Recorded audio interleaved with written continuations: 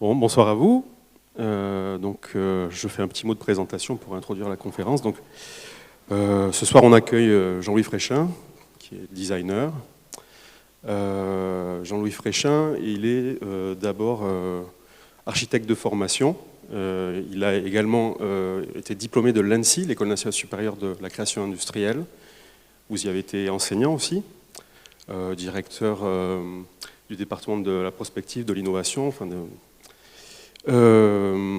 En 2001, vous avez fondé l'agence No Design, agence qui est une agence de précurseur en fait, dans le domaine du design industriel, du design numérique.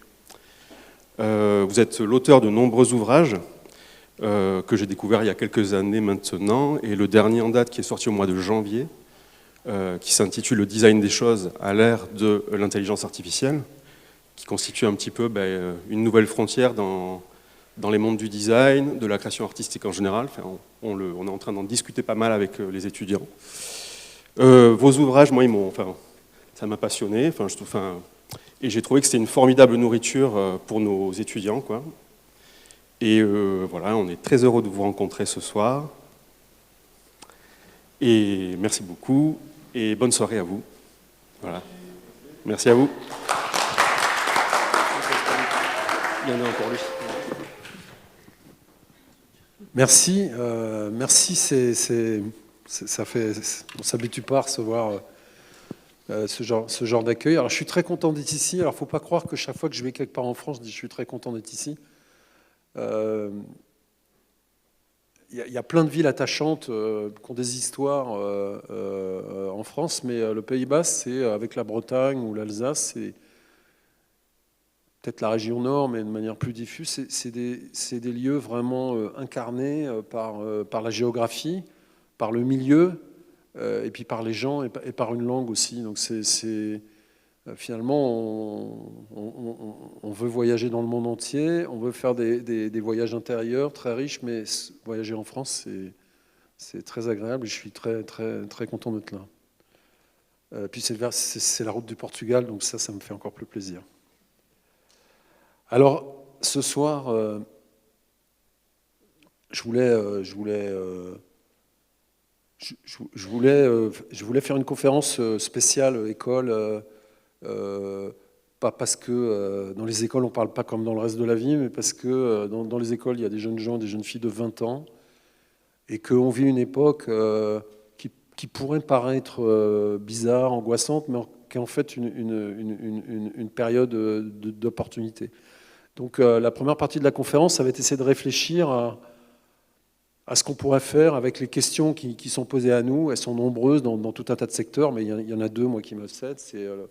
On va voir. Et puis après, je vous rassure, plein d'images, plein de projets qui peuvent vous montrer ce que peut faire un designer en France, dans un contexte qui est le contexte français, qui ouvre énormément d'opportunités et qui permet de jamais s'ennuyer, ce qui est important dans la vie. C'est-à-dire que puisque vous êtes dans une école, je trouve que le design, je ne sais pas pour l'art, je ne suis pas artiste, mais le design, il permet de se réaliser dans sa vie et c'est quand même sympa. C'est pour ça qu'on fait des études, c'est pour trouver un chemin dans lequel on va être heureux tout le temps.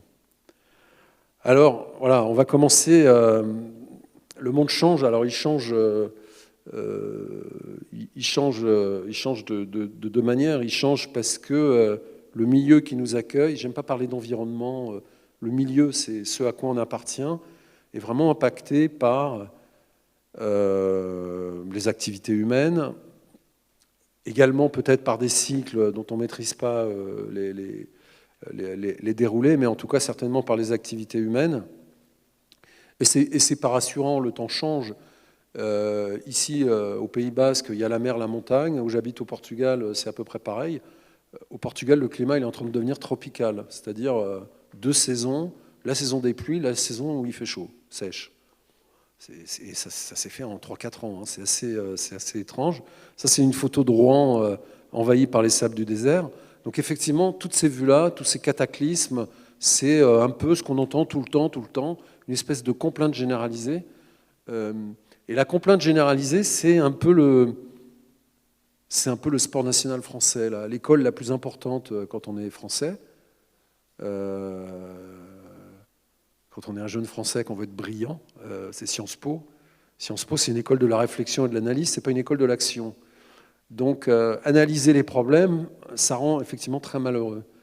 Quand on n'a pas les solutions d'action, on a toujours une incomplétude, et je crois que cette espèce de morosité générale, elle est liée, parce qu'en France, on est très intelligent.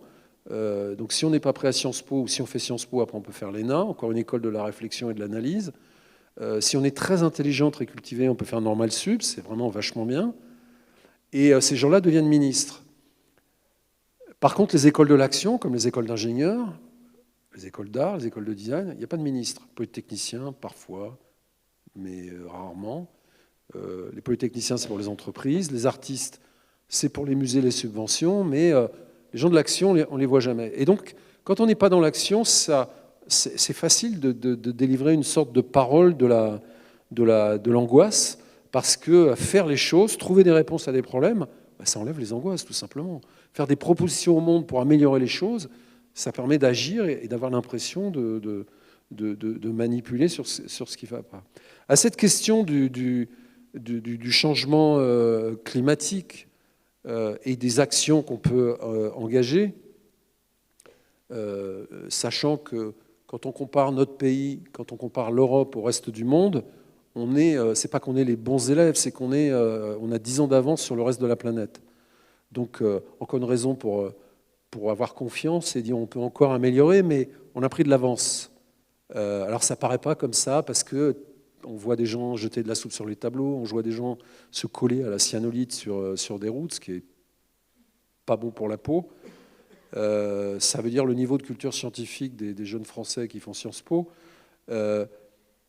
Mais on est loin d'être nul. Bien sûr, la France ne va pas sauver le monde à elle toute seule, en étant parfaitement performant, mais il y a des actions. Pour le coup, il y a des actions à tous les niveaux de la société. Les Français râleurs ronchons, la mise au vélo, c'est incroyable, la gestion du tri des poubelles, c'est incroyable, la montée de la voiture électrique, la manière dont une entreprise comme Renault est en train de changer de culture en 15 ans, c'est exceptionnel. Je ne vais pas vous embêter, je vous en parlerai 5 minutes tout à l'heure des normes, comment ces normes, ce truc horrible qui fait rêver personne, permet d'avoir des actions incroyables. Bon, c'est pas mal. Il y a une autre révolution, dont je ne sais pas si on a pris la mesure dans les écoles d'art et dans les écoles de design, c'est la révolution numérique. Alors moi, je l'ai pris la mesure, puisque c'est ma vie, mais la révolution industrielle de l'imprimerie Gutenberg, ça a été très vite. On est passé de l'enluminure à la diffusion du livre en 20 ans, vraiment très, très, très, très rapidement. À Bruges, il y avait des papetiers qui sont devenus des imprimeurs, qui ont commandé des caractères à plantin, et puis qui sont devenus des éditeurs. Comment les métiers ont changé vite. Ça, c'est la première révolution. La deuxième révolution industrielle, c'est la révolution de la machine à vapeur, qui est vraiment l'archétype de la révolution industrielle, c'est-à-dire on a externalisé la force qui était avant animale ou humaine à des machines. Et on ne transportait plus une brouette de charbon, mais un wagon avec, un train avec 20 wagons de charbon, on passait du kilo à la tonne. C'est vraiment une révolution très importante. Il y a eu un petit rebond 50 ans après, ou 100 ans après, suivant qu'on prend le début de la révolution industrielle aux Lumières ou à la date anglaise avec les machines, mais qui est le deuxième effet qui se coule, si je peux dire, de cette révolution industrielle du charbon, c'est le pétrole et l'électricité. Alors le pétrole, c'est une énergie qui permet de se transporter, alors sur la route comme le charbon, mais de voler. C'est-à-dire qu'on a une énergie suffisamment dense et puissante pour avoir une force qui nous permet d'échapper à l'attraction terrestre. C'est juste incroyable. Ça a donné quoi? La voiture, l'avion, le rêve d'Icare, le plus vieux rêve de l'homme. Et puis l'électricité, c'est une énergie qu'on peut transporter instantanément. Alors ça, c'est une autre révolution incroyable. Si vous chauffez au pétrole chez vous, au mazout, il faut qu'un camion vienne vous livrer. L'électricité, c'est un réseau.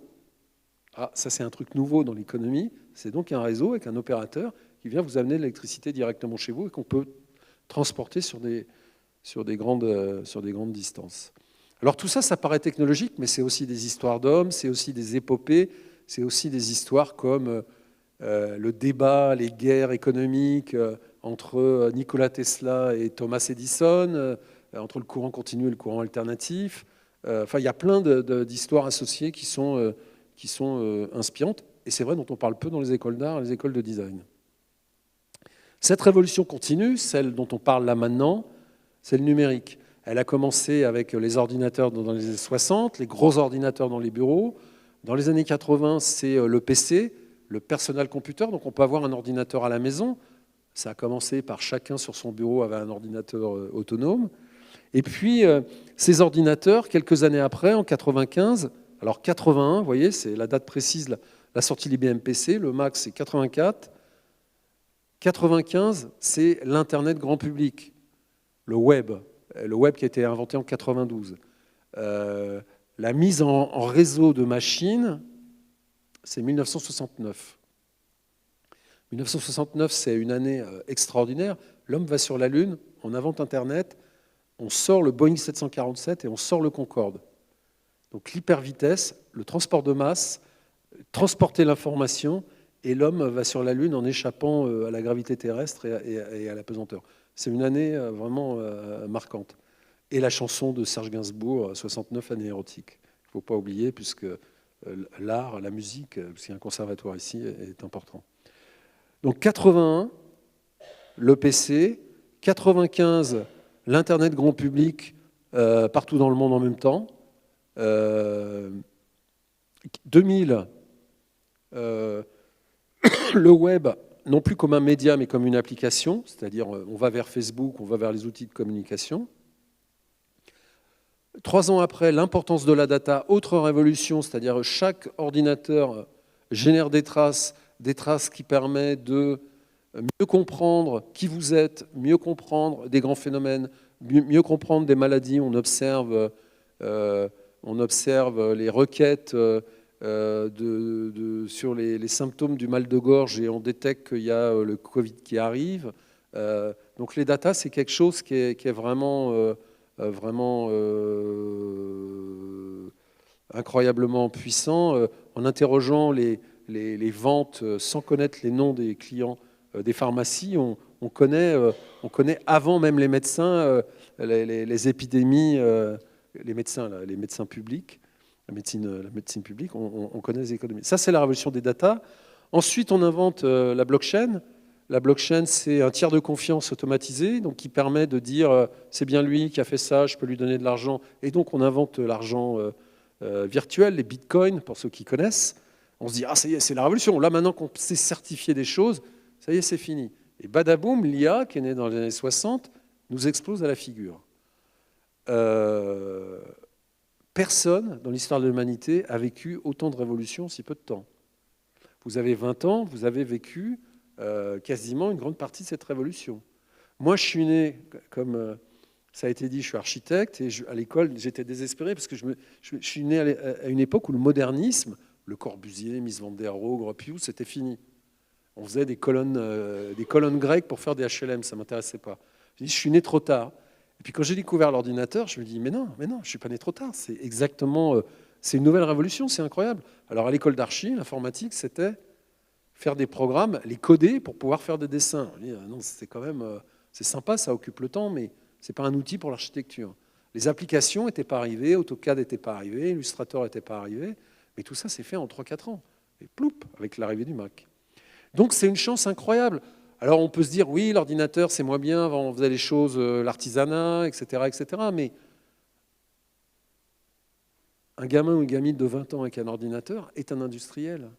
Vous pouvez faire une image, la diffuser dans le monde entier, alors pas sur TikTok ou Instagram, je parle d'œuvres d'art, de trucs qui ont un semblant d'intérêt. Et le fait que vous soyez là, ici, à Bayonne ou à Paris, ça n'a aucune importance. C'est quand même une chance absolument phénoménale. Donc, ok, on a un problème avec le milieu, mais au niveau des moyens qui nous sont donnés, c'est quand même pas mal. Alors bien sûr, comme disait Platon et comme disait Bernard Stiegler, le numérique, c'est autant un remède qu'un poison. C'est-à-dire, ça fait du bien, mais on voit des dérives absolument épouvantables. Le racisme, les insultes, les trolls russes. Bon, on voit des dérives positives, mais la question qu'on peut se poser, c'est, bon, est-ce que on ne veut pas les trolls russes et donc on arrête d'utiliser son ordinateur, ou malgré tout, c'est positif pour le travail, pour la socialisation, pour les amis? Une vraie question. Et la balance, elle est dans la main, non pas des gens de Sciences Po, non pas dans la main des ingénieurs qui font l'Internet, elle est dans la main de gens qui ont un regard critique et qui génèrent du sens et des actions qui permettent de dire que c'est bien et que ça permet plus de démocratie ou plus de poésie ou plus d'interpellation. Les artistes, les gens, quand je dis artistes, ça peut être des auteurs, des musiciens, des peintres, des sculpteurs, des gens qui font des installations, etc. On peut se saisir de cet outil et dire des choses pour le rendre encore plus positif. Alors le design là-dedans. Le design, c'est un sous-produit de l'art contemporain, c'est un sous-produit de l'architecture. Donc le pauvre, il a un papa et une maman un peu plus vieux déjà, puisque là, il y en a toujours eu. À Lascaux, il y en avait. L'architecture, c'est un petit peu plus jeune que l'art, mais très vite, grâce aux Phéniciens, aux Étrusques, et puis après les Grecs, les Romains, etc., on a construit. Le design, il est toujours entre tout ce qui fait une réflexion artistique, mais il est aussi confronté par nature avec un environnement technologique. Mais quand je dis le design, c'est finalement les sociétés. Je ne sais pas si vous savez ce que c'est que le positivisme, la philosophie d'Auguste Comte, c'est-à-dire à chaque problème, la science aura une réponse.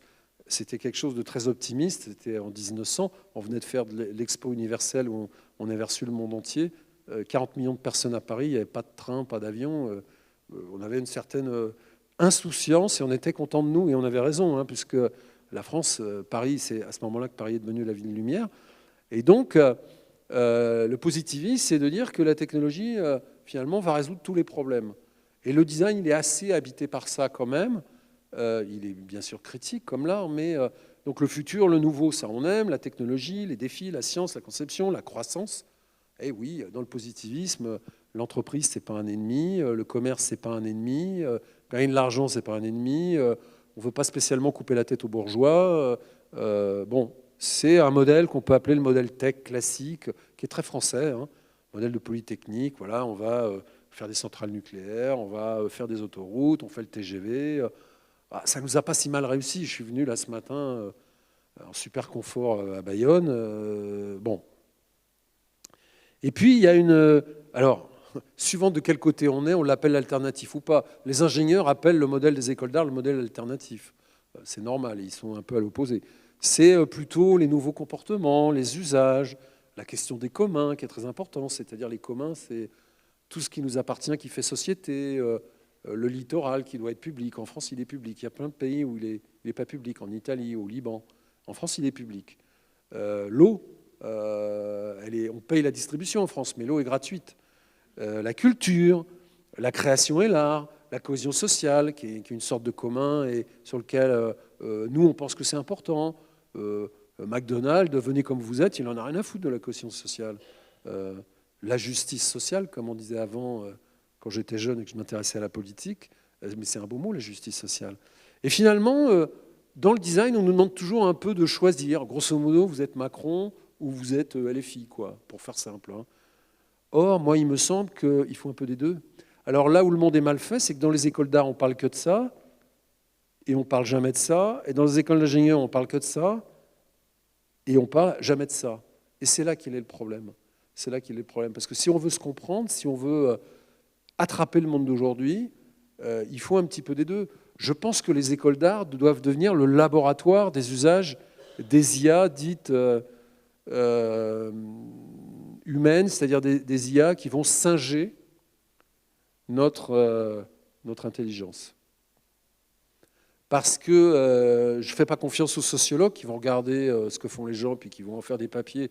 Puis à un moment, le sociologue, comme tous les sociologues français, va dire « je suis philosophe », c'est-à-dire qu'il va arrêter de faire des études, il va donner son avis. Les écoles d'art, Je pense à Olivier Aubert, qui est un grand artiste, qui a demandé à une IA de dessiner le sexe des anges. Vous savez que sur les IA type Midjourney, tout ce qui est sexuel est impossible à représenter. Alors il a déjà contourné le truc plusieurs fois en faisant des images horribles. Il a été interdit à vie d'utiliser Dali et Midjourney. Bon, il a pris un pseudo et il a fait un truc plus léger. Il a demandé de dessiner le sexe des anges. Et il est arrivé à des images qui n'existent pas. Donc lui, il domine l'IA. C'est un artiste et c'est intéressant. On n'est pas dans une IA de copie, on n'est pas dans une IA à la matière de, ce qui est une partie de l'algorithme, on est vraiment dans quelque chose de nouveau. Il est artiste, il est très intelligent, très cultivé, c'est quasiment un philosophe. Il a fait un bouquin qui s'appelle Anopticon, qui est dense, qui est très riche. C'est intéressant.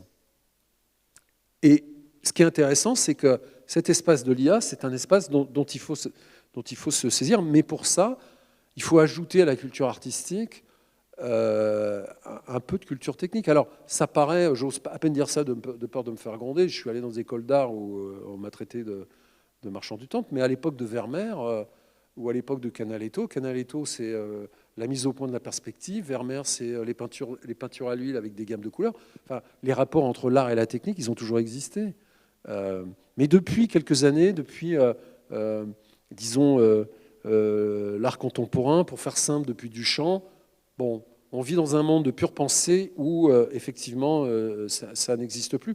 Et je crois que l'intérêt, en tout cas, du design, c'est de marier les outils et la pensée des outils, c'est-à-dire d'essayer de donner du sens à toute chose, en tout moment, quel que soit l'outil qu'on utilise. Et dans le design, il y a énormément d'outils, puisque une des finalités du design avec ces outils, c'est de faire d'autres outils. Donc cette image de la main et de l'outil comme matière noble et d'idée du travail et cette idée de penser, c'est-à-dire de penser sa discipline, c'est quelque chose d'important et de nécessaire dans l'époque. Mais finalement, là vraiment ce que je voudrais partager avec vous, c'est pas tellement cette opposition entre la culture artistique, donc une culture très humaine et très littéraire du monde, opposée à une culture scientifique et technique. Ça, c'est des oppositions qui existent, c'est pas ça qui est intéressant. Ce qui est intéressant, c'est la manière de faire des choses, c'est le design des choses, c'est-à-dire quand on fait des objets, c'est de s'interroger sur la manière dont on les fait. Alors quand on s'interroge sur la manière dont on fait les objets en 2024, c'est pas le problème de Dali ou de Midjourney, c'est le problème des outils qui permettent de faire ce genre d'image en moins d'une heure. C'est pas une image, ça c'est un projet d'architecture avec la répartition de surface, l'étude structurelle, ce qu'on appelle le BIM, c'est-à-dire tous les éléments de matériaux utilisés, etc., en moins d'une heure. C'est effrayant. C'est effrayant. Alors bien sûr, c'est à la manière de... Les questions que j'ai posées, c'est Richard Neutra, mer rocailleuse. J'ai pas mis Pays-Bas, j'ai mis Portugal. J'aurais pu mettre Pays Basque. Mais c'est quand même effrayant. C'est-à-dire, pour être clair, c'est de la productivité, c'est formidable. Mais vous, là-dedans, vous faites quoi? C'est quoi votre job? C'est de poser les questions. Mais le promoteur, il va se les poser directement, les questions. Donc ça, c'est des interrogations qui m'interpellent. Ça, c'est un truc que j'ai fait pour moi. Je fais beaucoup de luminaire. La lumière, c'est quelque chose de magique qui m'intéresse. Je l'ai un peu titillé et on arrive à des images qui sont meilleures que les images de synthèse qu'on peut faire avec les outils de simulation de lumière professionnels. Il y a un truc qui est perturbant. Cet objet, il n'est pas spécialement intéressant, mais il n'est pas spécialement nul non plus. C'est interpellant. Et tout ça, finalement, c'est peut-être lié à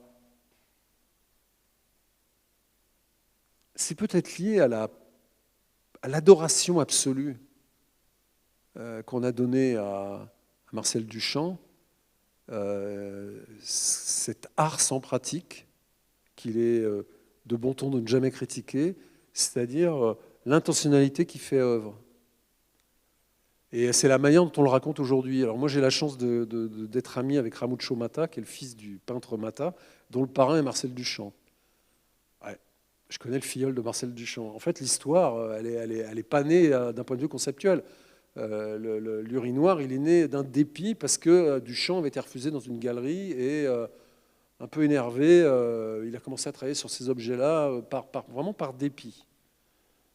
En tout cas, ça a laissé des traces dans la manière dont on pense les choses en France, et le travail artistique n'existe plus. Alors bien sûr, il y a les pré-raphaélites, les gens qui reprennent des techniques anciennes, ou chez vous, jeunes gens, l'amour immodéré pour la photo analogique, par exemple, qui est à Paris, il y a 2-3 magasins, il y a des queues. Chaque fois que vous allez faire développer une bobine, mais c'est la folie. C'est que des jeunes qui ont moins de 25 ans. C'est fascinant. Donc, on est dans une époque où le petit prince ne va pas demander à l'aviateur, à Syntex, de lui dessiner un mouton, il va demander à une machine.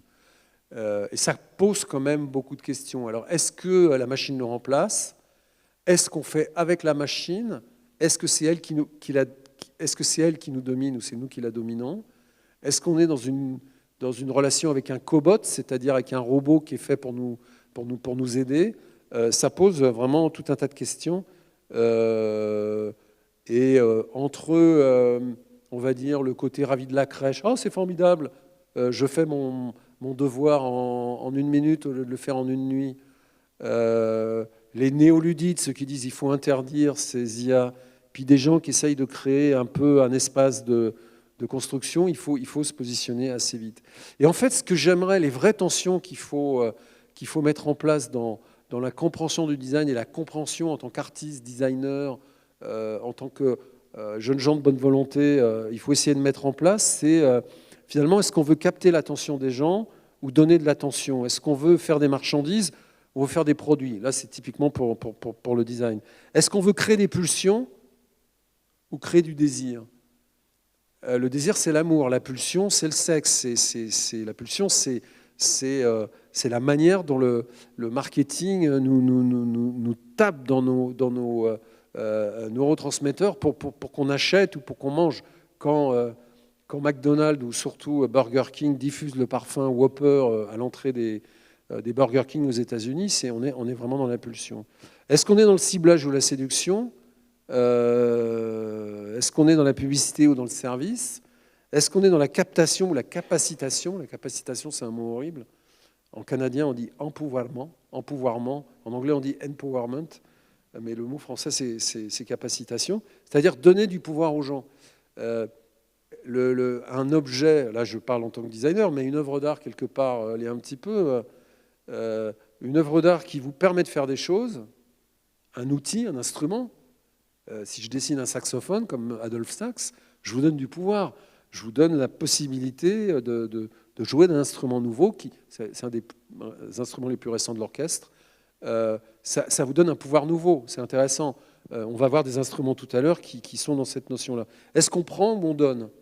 Ça, quand on fait des produits, une œuvre d'art, quand on travaille sur la relation entre un dispositif et une personne, on est vraiment dans ces questions-là. Et dans le design, c'est des questions qui sont là souvent, et surtout en design numérique. Est-ce qu'on est dans la productivité ou la valeur? Aujourd'hui, tous les discours sur l'IA, c'est la productivité.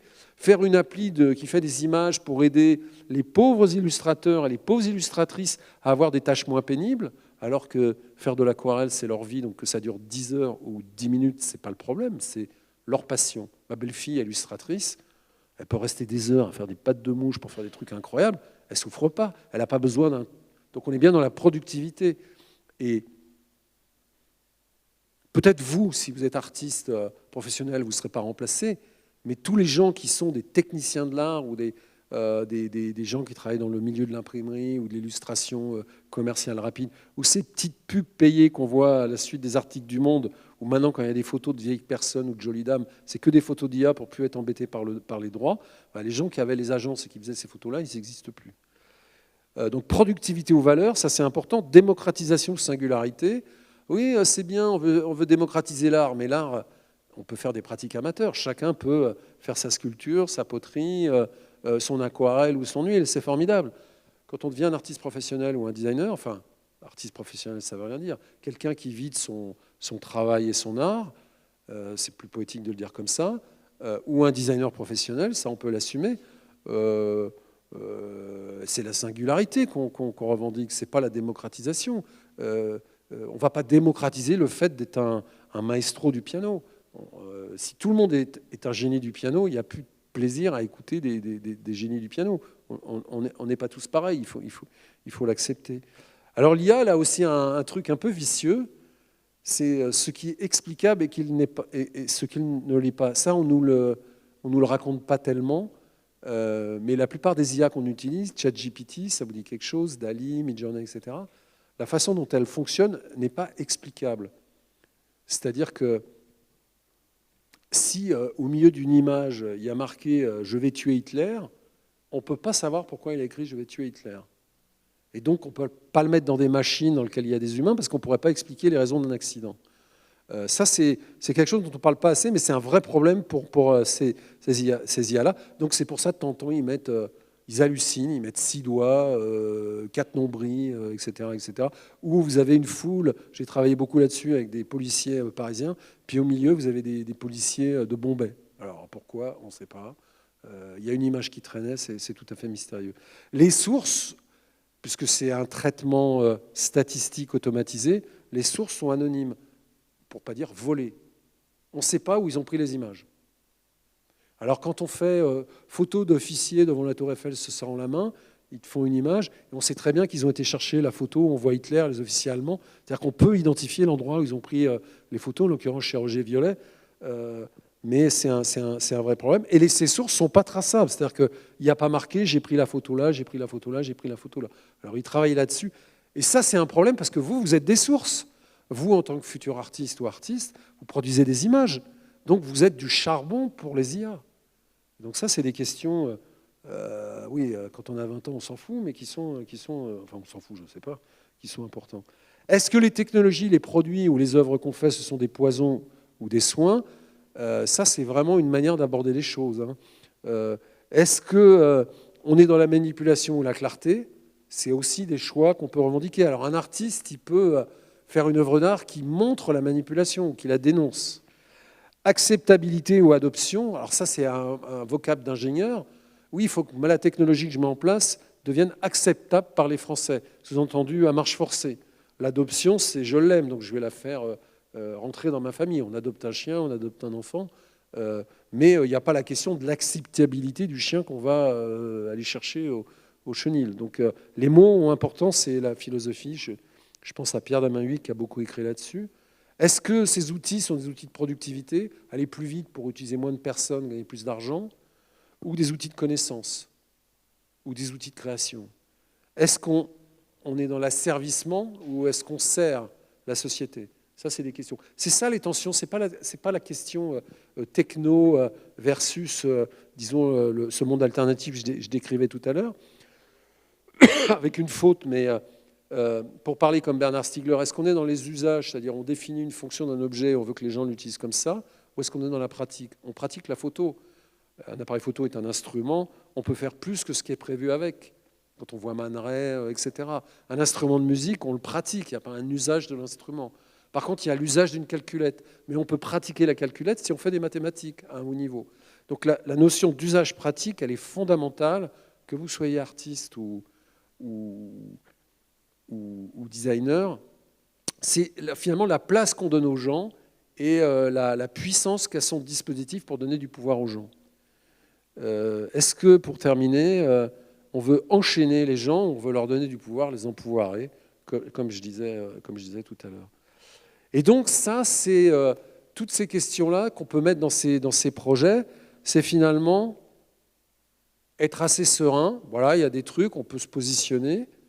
Alors j'aurais pu mettre beau, pas beau, etc. Ce qu'on appelle l'esthétique, c'est-à-dire le sens des choses et pourquoi une chose est appréciée ou pas, c'est-à-dire pourquoi elle est belle.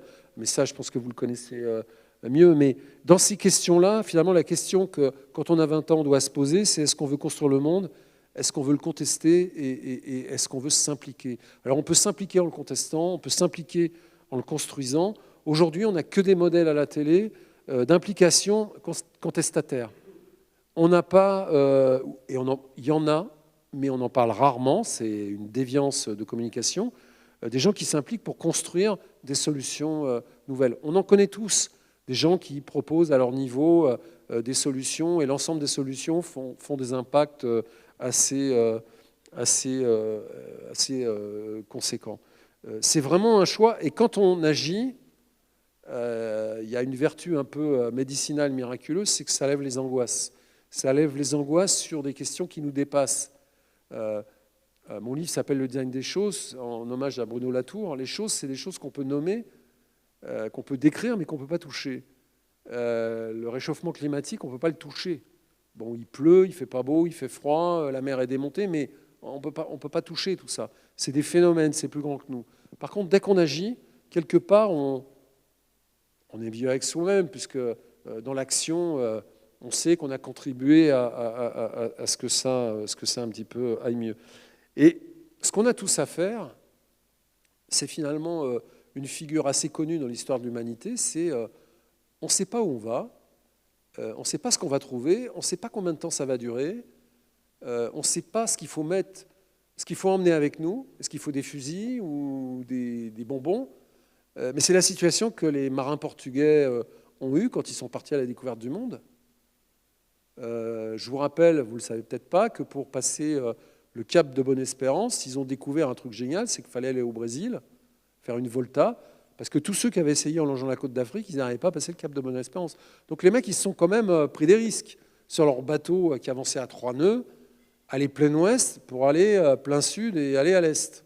Bon, alors il y avait des cartes, il y avait tout un tas de trucs, mais grosso modo... Et cette posture-là, c'est finalement la posture des écoles d'art. On n'apprend pas, bien sûr, il y a les grands modèles, il y a tous les mouvements qui nous ont précédés, mais votre pratique personnelle, elle est construite sur autre chose, dans un contexte qui est différent. Et donc, apprendre, alors je dis ça, j'insiste sur le mot inconnu et sur, j'aurais pu dire incertitude, parce que nous, les Français, on est un peu peureux, on a peur de tout, on aime bien, on a un matelas social incroyable autour de nous, qui est un des trucs les plus incroyables du monde.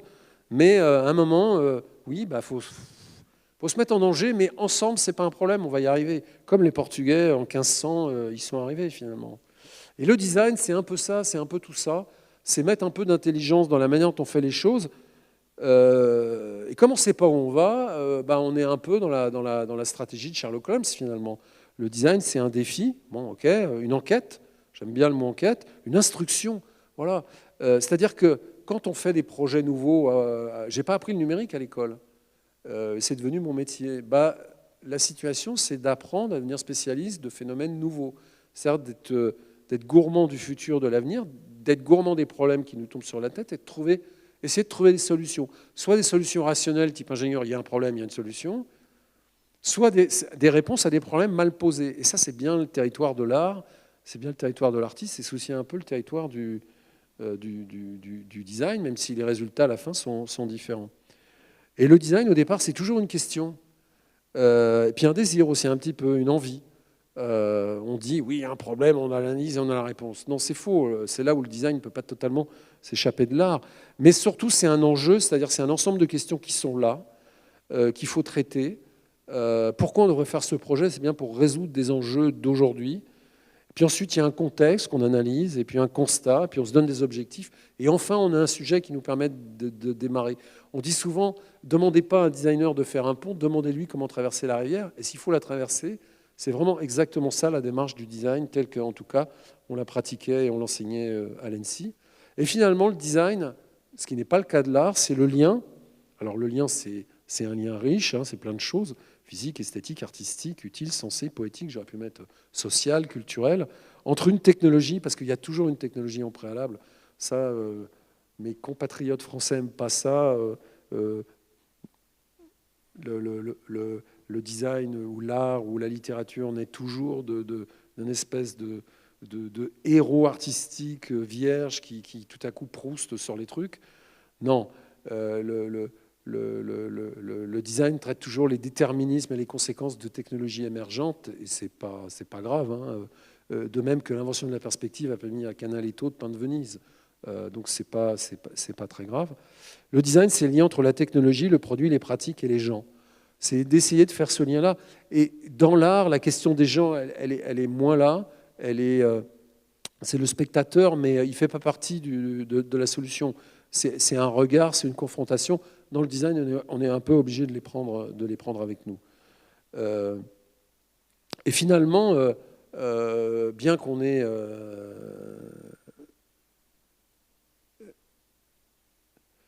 le design, c'est le disegno, c'est-à-dire c'est cette manière qu'on avait à la Renaissance de parler de l'idéa, c'est-à-dire de l'incandescence d'une œuvre. Et quand on l'a amené, quand Léonard de Vinci, invité par François Ier, a ramené toute cette culture des grands ingénieurs peintres de la Renaissance en France, mon métier, votre métier, on appelait ça le dessin avec un E. Le dessin d'une œuvre, le dessin de ce portrait est magnifique, avec un E toujours. Et puis aux Lumières, Furetière, dans son dictionnaire, c'était un peu l'époque séparation du corps et de l'esprit, la foi, l'être, le corps, enfin, bon, le grand mouvement des Lumières, on a décidé de couper le mot en deux. Ce qui est dommage, parce qu'il y a toujours cette opposition, dont j'ai commencé mon exposé, entre la technique et l'art, c'est-à-dire entre la mesure des choses et l'essence des choses. C'est dommage, mais quelque part, on l'a construit, c'est notre culture, c'est comme ça. On essaye de faire rentrer notre rationalité dans notre corps animal. Bien sûr qu'on ne peut pas les séparer, mais on fait tout pour essayer de les séparer de notre pays, c'est ce qui fait notre charme. Et tout ça, finalement, c'est pour ça que le design existe. Alors, effectivement, quand je vais voir un client, je ne lui raconte pas ça, mais aujourd'hui, on est ensemble, on est dans une école, on fait la même chose. Donc, c'est vraiment les enjeux qui permettent, à mon avis, de retisser des liens entre science et art. Par exemple, vous faites une action artistique sur la plage de Biarritz pour soit dire il faut que la plage soit propre, soit pour insister sur la montée des eaux, etc. Bon, oui, on peut faire des actions artistiques, mais il y a aussi des questions océanographiques, géologiques, qui sont donc de la science. Et les maîtriser, ça permet de faire des projets plus denses, plus intelligents, plus impactants, plus forts, peut-être plus poétiques. Ce n'est pas un ennemi, hein, ce dont je suis en train de vous parler. Bien au contraire. Alors, maintenant, on va passer aux choses rigolotes. Mon coffre à jouets. Donc, c'est des projets qu'on fait pour illustrer les potentiels de l'époque. Ça, c'est un projet qu'on a exposé au MoMA sur la communication la plus légère possible. C'est une sorte de boîte à conserve avec un fil qu'on faisait quand on était môme, mais numérique. Donc, en plus d'être enseignant, j'ai une agence de design, donc très sérieuse, qui fait des produits, qui travaille pour des entreprises, sur des projets plutôt innovants. On fait aussi des expos, on fait des objets des fois qui vont dans les musées. Bon, voilà, on est une vraie agence sérieuse. Alors ça, c'est un truc. En France, on adore détester les Américains, mais on fait tout comme les Américains. C'est-à-dire que vous avez peut-être entendu parler de design graphique, vous avez peut-être entendu parler de design produit, vous avez peut-être entendu parler de design d'exposition, design d'environnement. C'est la manière de parler des Anglais. En anglais, on ne peut pas dire design sans rien mettre derrière.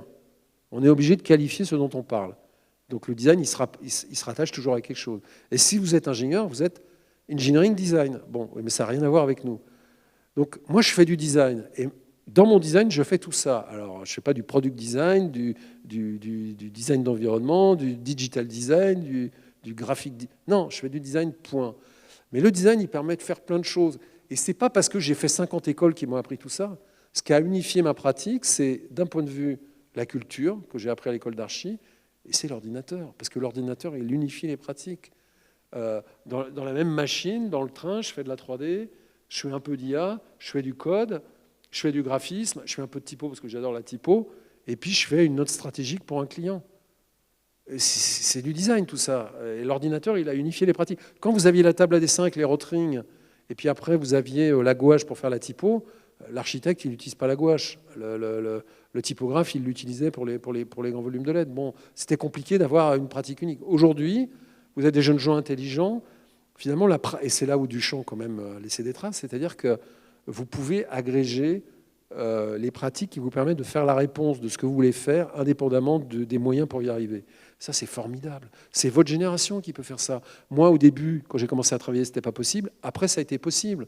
J'ai des étudiants, je leur ai montré les plans que je faisais au Rotring quand j'ai commencé. Ils se moquaient de moi, ils ont bien raison. Une fois que j'ai fait mes plans, j'avais plus de temps pour faire autre chose.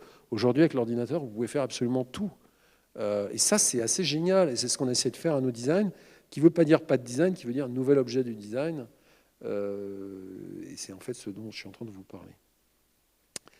Alors ça, c'est un truc qu'on a fait pour rigoler. Enfin, pour rigoler, non. Pour transformer un truc rigolo en un truc pas rigolo. C'est un badge qui détecte la pollution quand on fait du vélo à Paris et qui, plutôt que de donner les ppm de particules que je suis en train de respirer, dit ça pue, on va mourir, il faut partir, il faut fuir, etc. Voilà, il y a marqué bon, ça pue, réanimation, respire, fuit, on suffoque, etc. On le porte sur soi. Et comme c'est un badge, c'est pour engager la discussion. Donc c'est un vrai objet d'interaction, mais pas d'interaction numérique, d'interaction physique. Alors nous, comme on est numérique, à chaque fois qu'on parle d'interaction, on dit clic, écran et tout. Là, c'est vraiment, on le porte, puis quand les gens ils regardent ce qu'il y a marqué, puis forcément, quand on met ça pu, il y a des gens qui disent « mais qui ? Mais quoi ? Mais qu'est-ce qui se passe ?» Et on a la discussion.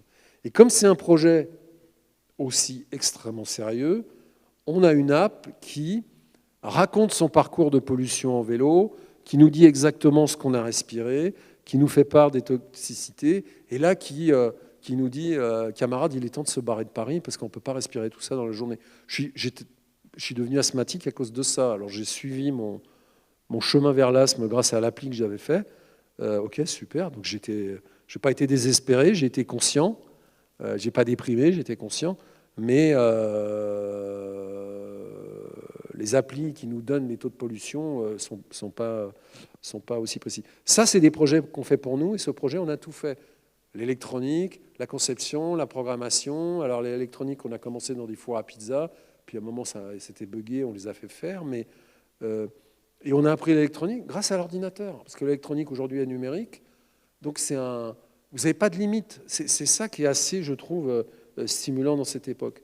Autre projet, il y a un truc que je peux vous garantir, c'est que jamais vous dessinerez un appareil photo en France. On ne fait plus d'optique, on ne fait plus de photos, on ne fait rien du tout. Ça m'est arrivé sur un drone.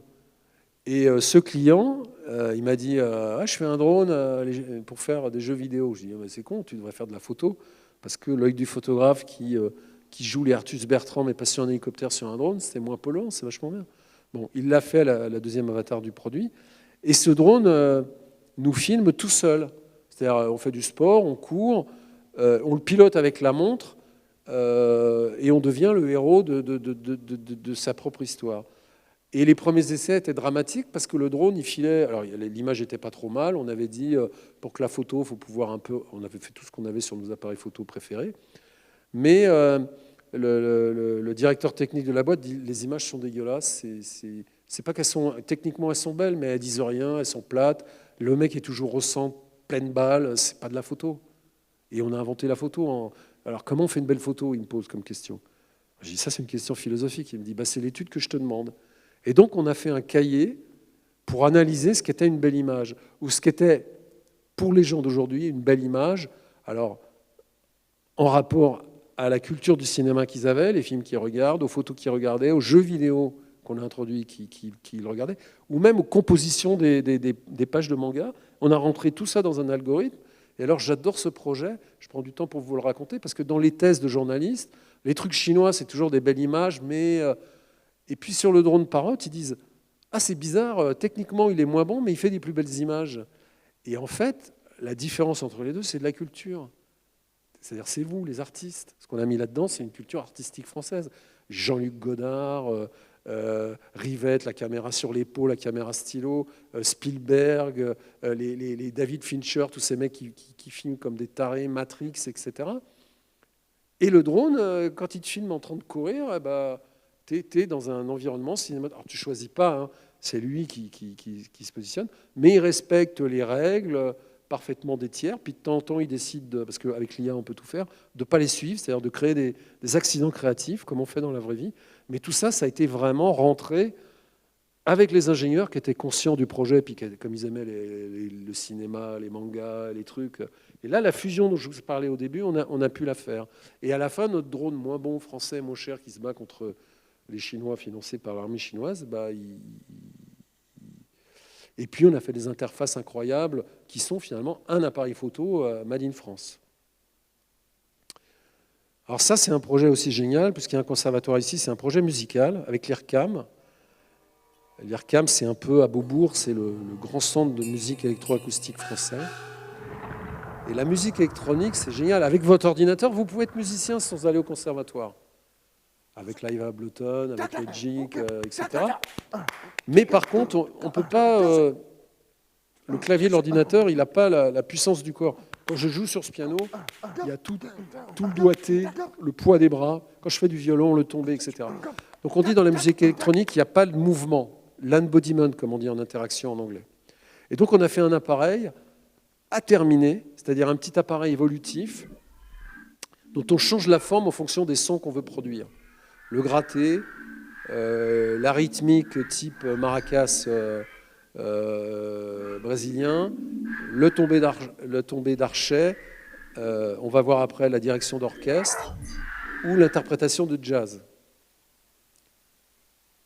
Et c'est un projet qui a gagné le plus grand prix des nouveaux instruments de musique, qui est délivré par une fondation qui est à l'université de Stanford aux États-Unis. Donc ça, typiquement en musique, c'est le posé. Alors là, le gros lourdeau, c'est moi, je suis en retard. Et Norbert, lui, le lourdeau, c'est moi, de ce côté-là.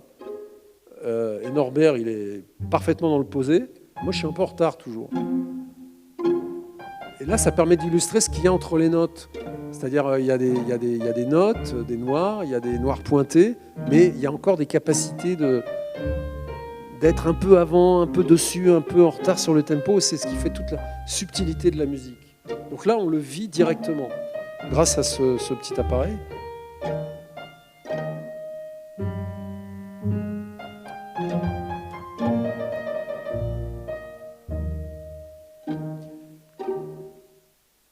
Donc là on dirige les 72 instruments du Sac du Printemps de Stravinsky. On pilote finalement avec notre petit super appareil un logiciel, un Max MSP, qui est, en musique c'est toujours temps réel, donc c'est toujours extrêmement puissant, mais peu importe. Et un gars tout seul peut apprendre la direction d'orchestre. Et là, c'est un délire qu'on avait. C'est souvent, quand on écoute de la musique, on danse ou le corps, on fait de l'air guitare, pour faire simple. C'est-à-dire Et c'est ce que fait Frédéric, qui est pianiste avec Miles Davis, c'est-à-dire qu'avec son corps, il rentre en interaction forte avec la trompette de Miles Davis pour voir comment la malaxer comme de la pâte à modeler. Donc on a donné cette puissance du corps dans la musique. Et des fragments de ce projet de recherche ANR, Agence nationale de la recherche, s'est retrouvé dans des projets, dont un projet de ballon qui sert à des sportifs qui s'entraînent avec de la musique et de danseurs qui font des jeux de ballon avec de la musique et qui, les danseurs deviennent sportifs et les sportifs deviennent danseurs, c'est assez marrant, avec Parrot également. Autre projet avec l'IRCAM, 2 ans après, qui vous parlera peut-être plus, c'est un séquenceur. Donc un séquenceur, c'est un logiciel qui a à la fois une partition et un synthétiseur. Donc un piano, il faut une partition pour jouer les notes. Un séquenceur, c'est une partition, et la partition joue les notes. C'est une machine moderne. Et on s'est dit, mais tout le monde a un téléphone, donc on va répartir ce séquenceur par piste sur les téléphones en temps réel. Alors là, c'est un peu ça l'exploit. La batterie, les basses, le piano, etc. Et à plusieurs, on danse, on mixe et on joue en même temps. C'est pas le mec qui met la musique, c'est on fait tous la musique collectivement. Ça, c'est une grande rupture épistémologique, pour employer un mot savant. Dans l'histoire de la musique, il y a un compositeur, un interprète. Ben là, le compositeur et l'interprète, c'est plusieurs personnes en même temps. Alors bien sûr, c'est pour faire un type de musique Jones. Et ce que vous voyez dans l'écran, c'est la vue partagée de toutes les pistes. C'est que des points, mais c'est la manière dont fonctionne Logic, Live Ableton, pour ceux qui connaissent. Et alors, la belle histoire de cette affaire, c'est qu'on aurait pu faire un amplificateur totalement numérique, c'est-à-dire totalement compensé par la technologie, puis faire une forme de design complètement libre. C'était un peu ne pas respecter le sens du son, du déplacement de l'air, ce qu'est la musique, de la vibration. Et il se trouve qu'à l'IRCAM, il y a un jeune homme qui est un acousticien traditionnel qui sait calculer des volumes acoustiques et tout. Et donc cette machine moderne dans le haut, c'est un instrument de musique qui résonne comme une guitare en bas. C'est-à-dire qu'on a tout calculé et c'est une chose comme on faisait un Stradivarius au XVIIe siècle. Voilà, pour la petite anecdote, mais c'est aussi ça le design. Et là, on a vraiment un dialogue entre de la science et des formes, parce qu'on peut à peu près tout faire, mais il faut qu'on ait ce dialogue pour qu'à la fin, ça sonne et qu'on ait un instrument de musique. Et c'est pour ça que la science, ce n'est pas un ennemi, parce qu'elle est vraiment celle qui permet... Et les formes, bien sûr, elles sont induites par ce qu'on veut que ça fasse, mais on aurait pu faire plein d'autres choses. Alors ça, c'est les technologies adoptables. Alors on fait aussi des applis très compliquées qu'on essaye de faire un peu différentes des standards pour se dire on est en France, on doit être différent, mais bon, peu importe. Alors ça, c'est un projet que j'aime beaucoup. C'est pratique. Il faut être pratique dans la vie. C'est donc une étagère sur laquelle on peut mettre des disques. Et puis pour que l'étagère tienne, on a fait des bosses. Dans les bosses, on a mis des haut-parleurs. Et puis je vous montre la suite de l'histoire. Alors c'est toujours des protos qui fonctionnent. Les objets en particulier n'épuisent pas leur donc sens on pose dans leur un livre et il lit leur le fonction livre. pratique.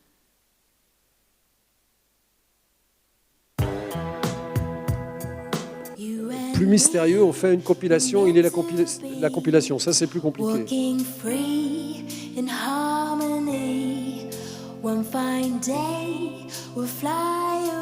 Et en plus, c'est illégal.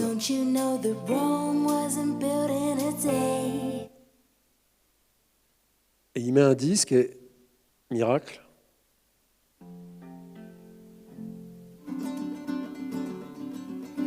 Et ça, c'est légal et c'est possible. C'est-à-dire que sur un disque ou un livre, vous avez un code barre, un numéro ISBN, enfin, équivalent ISBN pour le livre, équivalent pour le disque. Donc vous pouvez aller chercher n'importe où sur le réseau le fichier.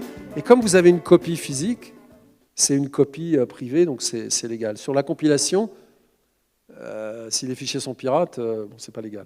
Et on l'a fait fonctionner. Alors le problème de cet objet-là, c'est qu'on a oublié, j'ai parlé du commerce tout à l'heure, mais je ne me suis pas tardé, c'est-à-dire qu'on a oublié la partie distribution et commerce. En fait, tous les gens qui étaient intéressés, tout le monde trouvait ça génial, mais les marchands de meubles disaient « ouais, mais nous, on ne sait pas vendre d'électronique », et les marchands d'électronique disaient « ouais, mais nous, on ne sait pas vendre de meubles ». Et donc, voilà, on avait un nouvel objet entre deux, peut-être Ikea aujourd'hui, mais c'est un projet qu'on a fait en 2008. Autre projet, nous, on adore la photo, qui est artistique. La photo numérique, on est passé des photos, de la photographie aux photos, de la photographie aux images, en profusion, en flux.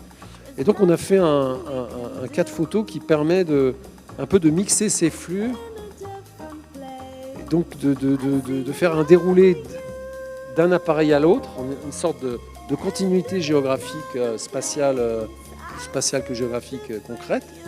Et puis si je les écarte, donc là je mixe Lisbonne et Tokyo par exemple, si je les écarte,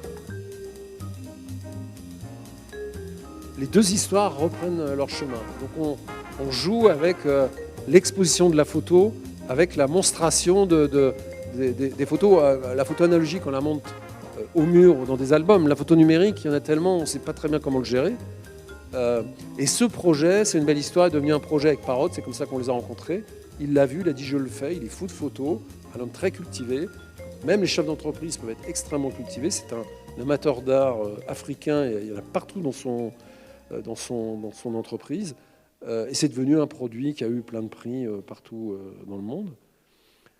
Alors le design, c'est aussi des choses classiques. Et là, c'est typiquement, ça illustre ce que je vous disais. En fait, j'aime la voile, le bateau, les sciences, la technique. Puis un jour, je visite un musée de phare et je vois Fresnel Paris. Et je découvre que toutes les lanternes de tous les phares du monde étaient fabriquées à Paris.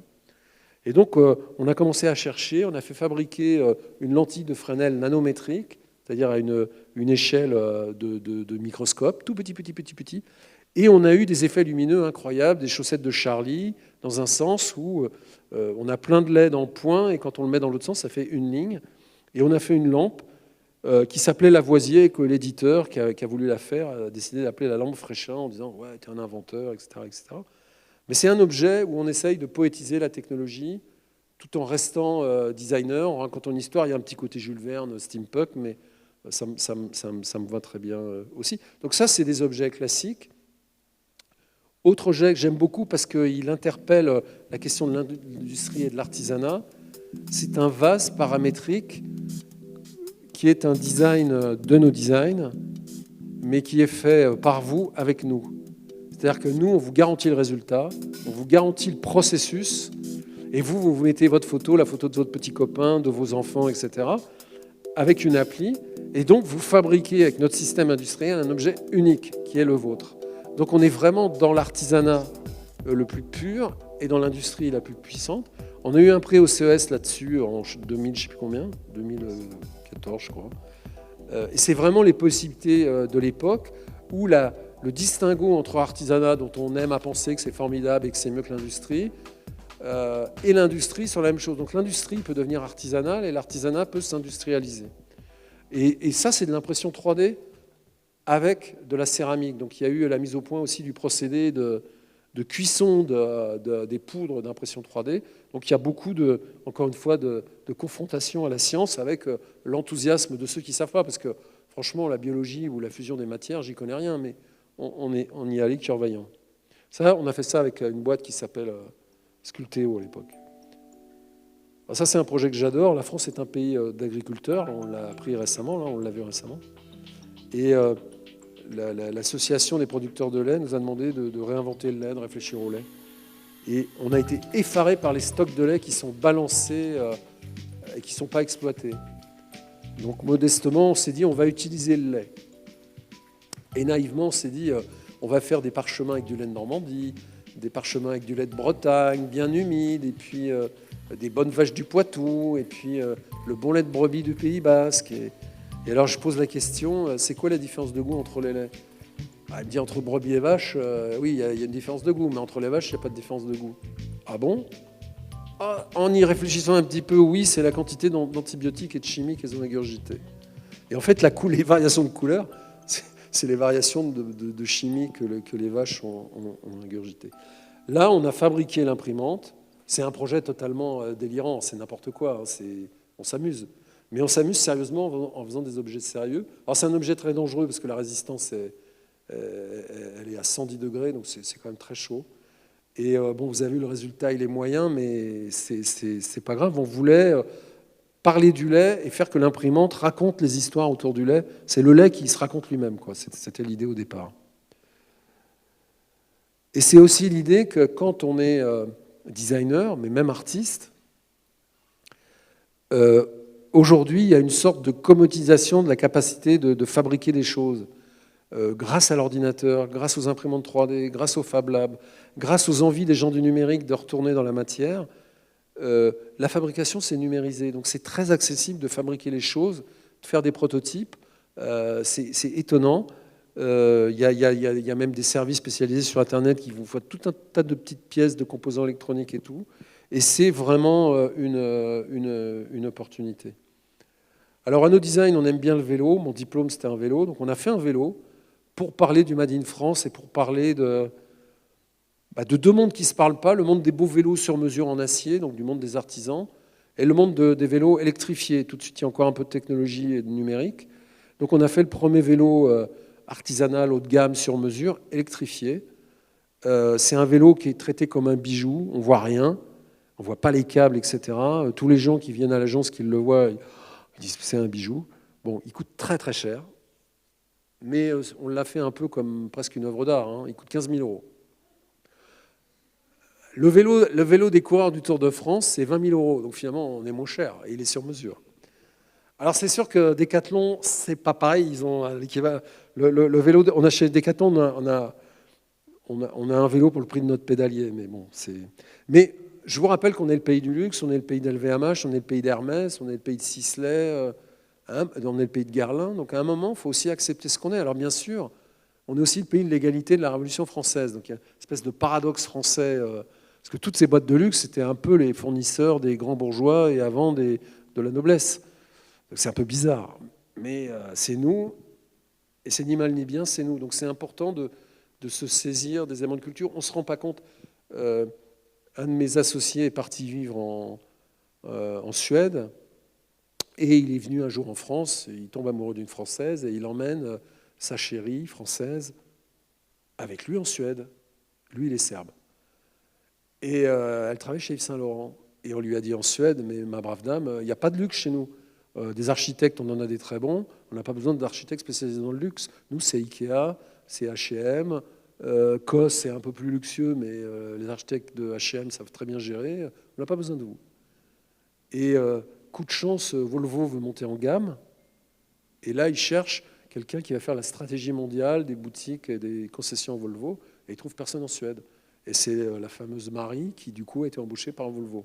C'est parce que française, parce que luxe, parce qu'elle a bossé chez Yves Saint-Laurent. C'est quelque chose qui fait partie de notre histoire. Alors, les pays scandinaves ont aussi une qualité sur le meuble qui est formidable. Hein. Mais il ne faut pas... quand je vois LVMH rend l'argent, machin, on peut aussi se saisir de cet environnement-là pour en profiter nous-mêmes, c'est-à-dire de façon opportuniste ou de façon culturelle. C'est notre culture également. Alors après le vélo, donc ça c'est la façon dont on l'a vous voyez, fabriqué à la main, etc., avec que des pièces spéciales. Après le vélo, on s'est dit, on va faire une voiture. L'ADEME lançait une réflexion sur les véhicules intermédiaires, c'est-à-dire les petites mobilités pour enlever les voitures des villes. Nous, on s'est dit, ça ne nous intéresse pas. Nous, on veut travailler sur la mobilité village to village, c'est-à-dire 10 km, 5 km entre deux villages, avec un peu d'activité agricole ou juste de l'activité de transport, etc. Et en fait, on a construit un véhicule qui est basé sur des composants de moto et des qualités d'acier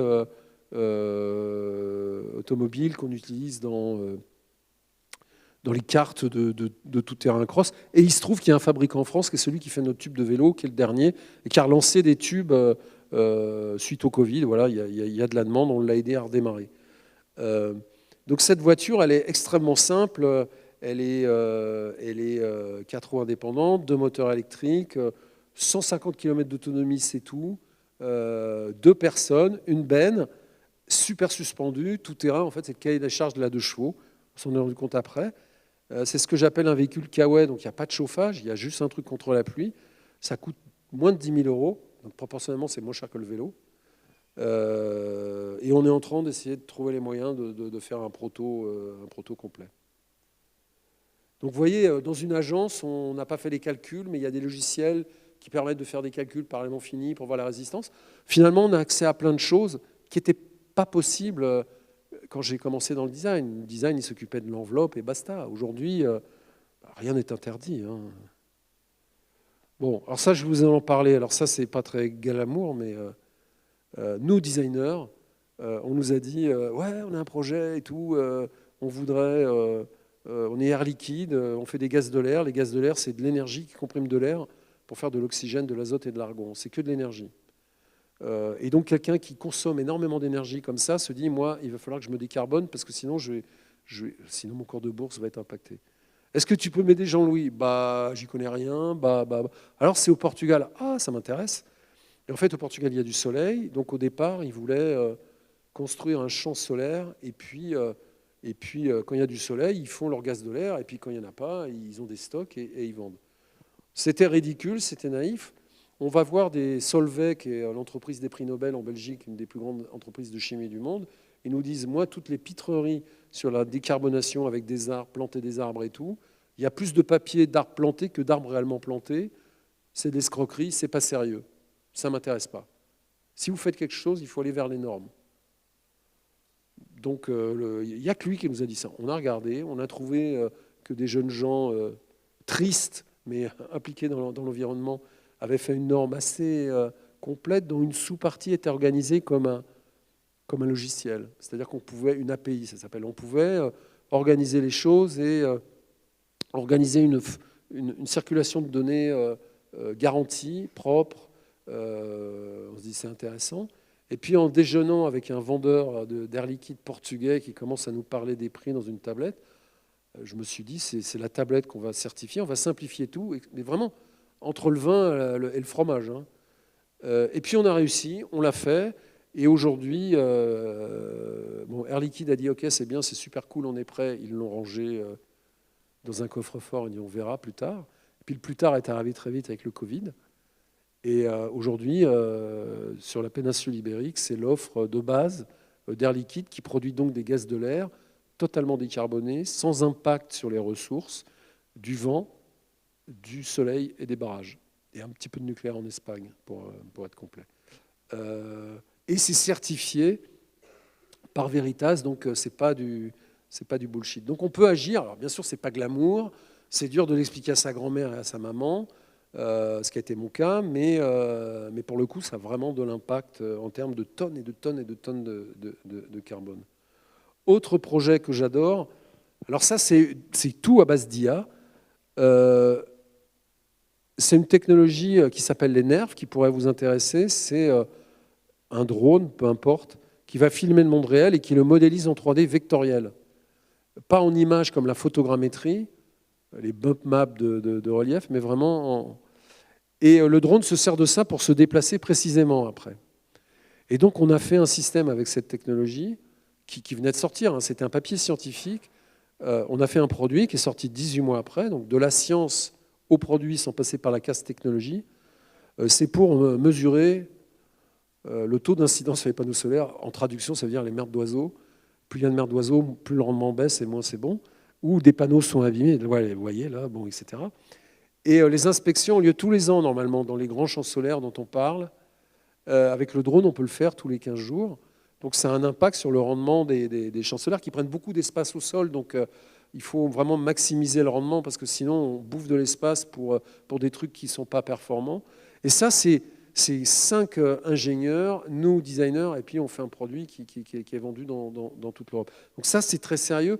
Et ça, c'est que à base d'IA. Alors ce n'est pas de l'IA d'image qu'on a vu, c'est l'image comme outil pour faire des produits nouveaux. Et ça, à mon avis, c'est des pistes très intéressantes pour vous dans le futur. L'IA est un moteur de ce que vous pourrez faire. Autre projet qu'on a fait avec de l'IA, je ne veux pas vous rappeler vos douleurs du bac et tout ça, mais c'est une application qui s'appelle Mia Seconde, qui a été retenue par Attal, dont on a pas mal parlé. Il l'a retenue par le design, parce que tous les autres, c'était des trucs de chercheurs un peu photocopie. Puis nous, on avait fait ce design. Et ce design, c'est un peu abstrait, ça fait un peu technique, mais c'est la vue synoptique d'une classe et les tendances barométriques de la manière dont les élèves avancent, comprennent ou ont des difficultés. Donc c'est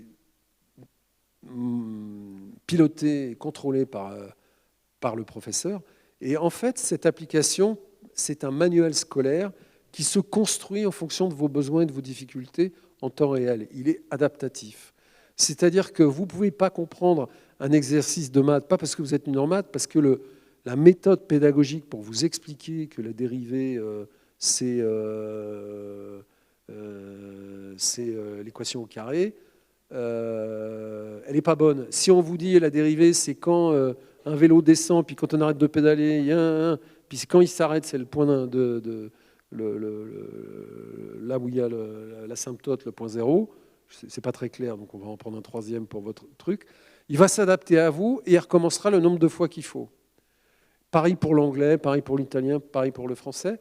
Donc ça permet une pédagogie de masse, mais individualisée sur chaque élève, avec ses propres difficultés, non pas sur les maths proprement dit, mais sur l'explication pédagogique pour amener au truc. Donc c'est vraiment intéressant.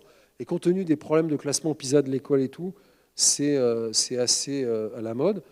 Dans les trucs à impact, c'est aussi une appli qu'on a fait pour les handicapés à Paris pour les Jeux Olympiques. Ça n'existe pas, un Waze des trottoirs et des petites marches pour faciliter le déplacement des handicapés. Lui, c'est un grand sportif. On a aussi fait un fauteuil de tennis, d'handi-tennis, avec des capteurs pour voir toute l'énergie qu'il déploie quand il fait les choses. Donc ça, c'est des projets vachement sympas. On a travaillé directement avec le champion, un truc très pour tout le monde, puis un truc très entraînement. Ça, c'est des projets qui servent. On a fait aussi des établis numériques et dessins pour des enfants tout petits dans un centre qui s'appelle le Cube. C'est en open source, c'est réplicable, pour travailler avec du logiciel et du dessin traditionnel. On a fait pour les petits débrouillards des camions Fab Lab qui sont, il y en a 27, qui sont des ateliers, donc on les a modélisés, on a pensé, tout est utile là-dedans, les caisses, les meubles, etc. Donc là, on est loin du numérique, hein, mais ça, on l'a fait avec le numérique. Et puis, vous avez des imprimantes 3D dedans, tout est équipé. Puis là, vous avez exactement le résultat final qui est exactement comme les images qu'on avait fait. Et ces gens-là, font des ateliers partout en France et les gamins publient les résultats de leurs projets dans un wiki des projets scientifiques. Et il y a une espèce de base de connaissances de projets faits par des enfants de 10 ans qui est assez sympa. Et on va en terminer sur les expos. Alors la musique électronique, c'est vraiment le milieu où l'art, la technologie et le design se rencontrent. C'est absolument fascinant. Moog, qui a inventé le synthétiseur, il est autant musicien il est ni musicien ni ingénieur, mais il est un peu les deux à la fois. Et c'est que des histoires comme ça. Donc dans cette expo, il y a plein de machines. Il y a les sons de ces machines au fur et à mesure où on se déplace dans le parcours. Elle a été le premier art à embrasser les technologies. Bon, ça, c'est pas très intéressant. Et à l'étage, donc ça commence vraiment confondu avec l'histoire de l'électricité, puis du traitement de signal, de l'invention du téléphone. En fait, l'histoire de la musique électronique, c'est très lié à l'invention du téléphone. Le téléphone, au départ, on diffusait de la musique chez les gens. Et à l'étage du dessus, on donnait accès à des instruments un peu hurluberlus aux gens. Ils pouvaient faire eux-mêmes de la musique et ils pouvaient accéder à des instruments légendaires comme le Moog, la TR-808, des trucs de rap de Detroit, etc. La plupart des jeunes connaissaient ça, mais ils l'avaient dans des émulateurs dans leur logiciel. C'était un énorme succès, cette expo. La PAO, l'invention de la musique sur ordinateur, etc. Donc là, c'est vraiment une expo science et technologie, et c'est le design qui met en œuvre tout ça. C'était la fondation EDF. Ça, c'est un piano qui permet de faire de la tempérance, c'est-à-dire d'avoir des variations de son entre les notes. Un piano, les notes, la tempérance, do, ré, mi, fa, sol, la, si, do, il faut faire des accords si on veut avoir... Bon. Là, on peut bouger. Dans le film La La Land, il fait un solo un moment avec ça. Donc on va abréger. On a fait aussi une expo sur le design qui posait la question pourquoi faire du design, dont la conclusion était la France n'est pas un pays de design, mais c'est un pays de designers, c'est-à-dire collectivement, la France c'est un pays de décoration, c'est un pays d'art bourgeois, de meubles, c'est pas un pays de designers, mais individuellement, il y a plein d'écoles et il y a plein de designers qui, d'un point de vue mondial ou par leurs compétences, sont exceptionnels. C'est juste le récit global qu'on n'a pas. Donc vous aviez Stark, Caroline Chambon, enfin il y avait autant de filles que de garçons, ce qui était... tout le monde disait c'est pas possible, la parité c'est pas possible. En fait c'était totalement possible. Et puis toute la diversité du design français, de Decathlon, Normal Studio, Stark, Helium, Antoine Fritsch, la machine à laver l'increvable faite par un designer qui a pendant 5 ans essayé de la fabriquer. Mario Escoffon qui a fait ce dériveur, qui était une de mes élèves, qui est aujourd'hui chef d'entreprise. Mes profs chez Seb avec ce grille tout peint qui grille même la baguette.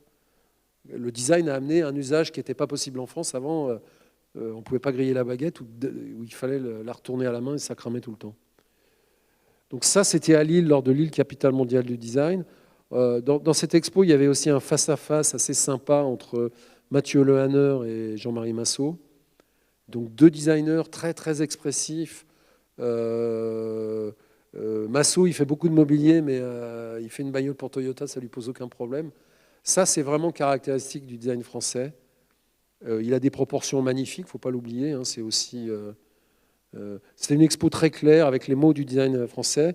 Ça, c'est, disons, les tensions entre décoration et choses étonnantes. Il y a le kit pour boire du vin dans l'espace. La lampe que vous voyez là, c'est des verres à soie lumineux qui ont fabriqué la lampe. Dans la valise, vous avez le kit pour picoler dans l'espace.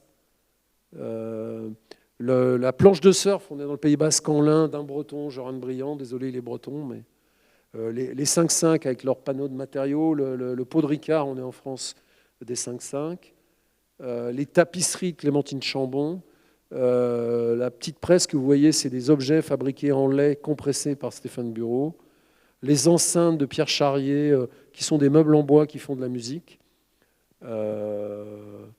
Et puis la dernière partie, c'est plutôt numérique, plutôt moderne, avec plein d'expérimentations et de qualités numériques extrêmement poétiques, des jeux pour enfants d'Étienne Mineur, interactifs, les jeux électroniques de Raphaël Pluvina, je cherchais son nom, EDF qui fait vraiment des projets incroyables, cette jeune femme bretonne qui travaille chez Facebook, bon ça c'est les projets de No Design, vous avez vu. la voiture de Loïc Le Guen, les drones de Parrot. Bon, ça on a vu, donc on va avancer. Et puis l'expo bicyclette, on a fait une bicyclette. En fait, la bicyclette, on l'a fait pendant le temps de l'expo pour montrer ce que ça voulait dire le Made in France. Et on a invité tous les gens qui se battent pour faire des vélos en France avec une culture. Le vélo, on a les Pyrénées, c'est pas loin d'ici, on a les Alpes, on est le pays du Tour de France, on est le pays du vélo. Le vélo, il a été inventé en Europe, beaucoup par les Anglais, un peu par les Allemands, pas mal par les Français, la pédale, Michaud, Vélocio qui a inventé le cyclotourisme. Et on n'en fait rien. On n'en fait rien. Il y a des gars du monde entier qui traversent les Pyrénées l'été. J'étais jury au concours de machines, qui est un concours d'artisans du vélo sur Paris-Brest-Paris. Il y avait 20 000 personnes du monde entier, dont un Coréen du Nord, qui vient en France faire Paris-Brest-Paris en vélo. 48 heures, les mecs, ils arrivent, ils sont morts, ils sont sales, ils sont mauvais, mais ils sont heureux comme tout. Enfin, c'est incroyable. Donc, est-ce que de ces passions-là, qui sont liées à un territoire, on peut en faire une industrie? Le surf à Biarritz, c'est la même chose. Tribord, Décathlon et Tarandaï, c'est pas par hasard. C'est pas par hasard. Donc, on a des opportunités qu'on ne sait pas saisir. Soit on manque d'imagination, je ne crois pas. On est paresseux, peut-être un petit peu.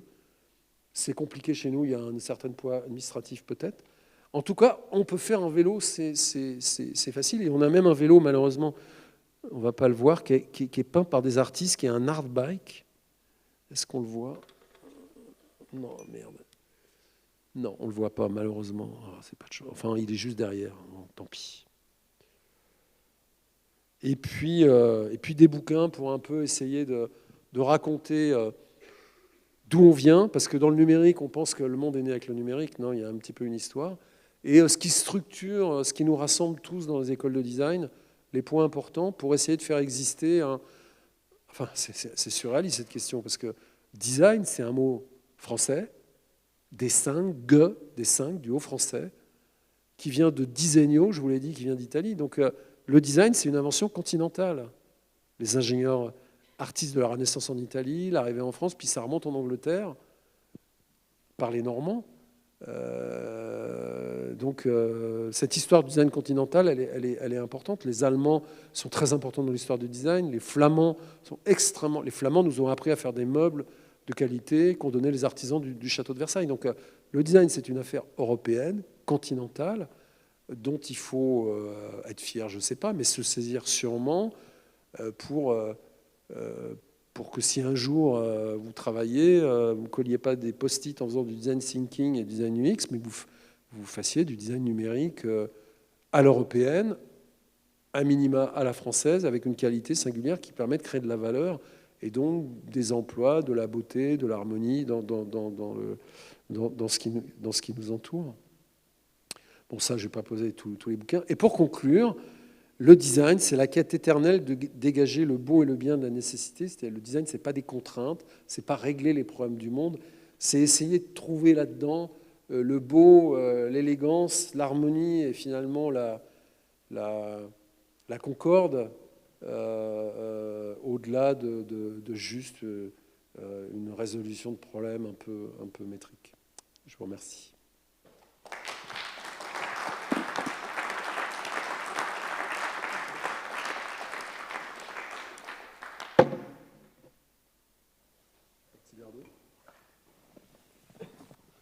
Est-ce qu'il y aurait peut-être des questions que vous souhaitez poser à M. Fréchin ?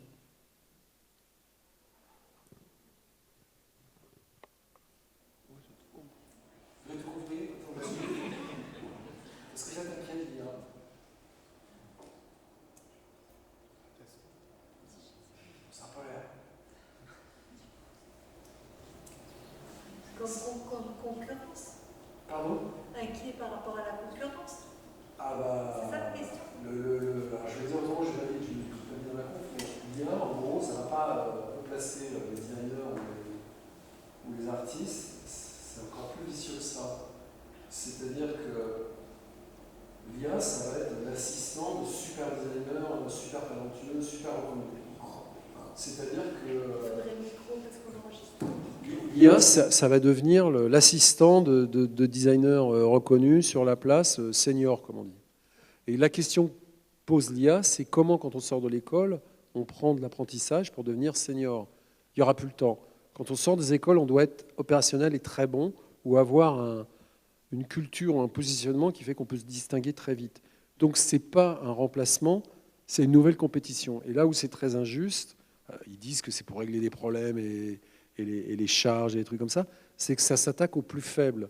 Quand on sort de l'école, on est faible, on n'est pas aguerri, on est débutant, donc on doit trouver un endroit où on grandit. On disait souvent à l'ENSI, nous on commence et c'est fini chez les patrons, ce qui est normal. Bon, l'IA va un peu dégager tout ça. Tous les métiers de ce qu'on appelait, c'est pas péjoratif, hein, c'est comme ça qu'on le nomme, les métiers de labeur dans l'imprimerie, c'est-à-dire tous les techniciens de l'impression, etc., avec la PAO, ils ont dégagé. L'IA, ça va faire à peu près la même chose pour tous les métiers de photographie, de graphisme, d'illustration, de publicité locale, etc. Ça va éradiquer tout ça. Mais dans les écoles de design, de graphisme, où enfin, l'art est plus autonome, c'est la question de comment on grandit à l'heure de l'IA, parce que tous les travaux qu'on donnait à des jeunes pour faire « Ah tiens, fais-moi une image, je te donne 10 €, ça ne va plus exister. C'est ça qui est un peu compliqué.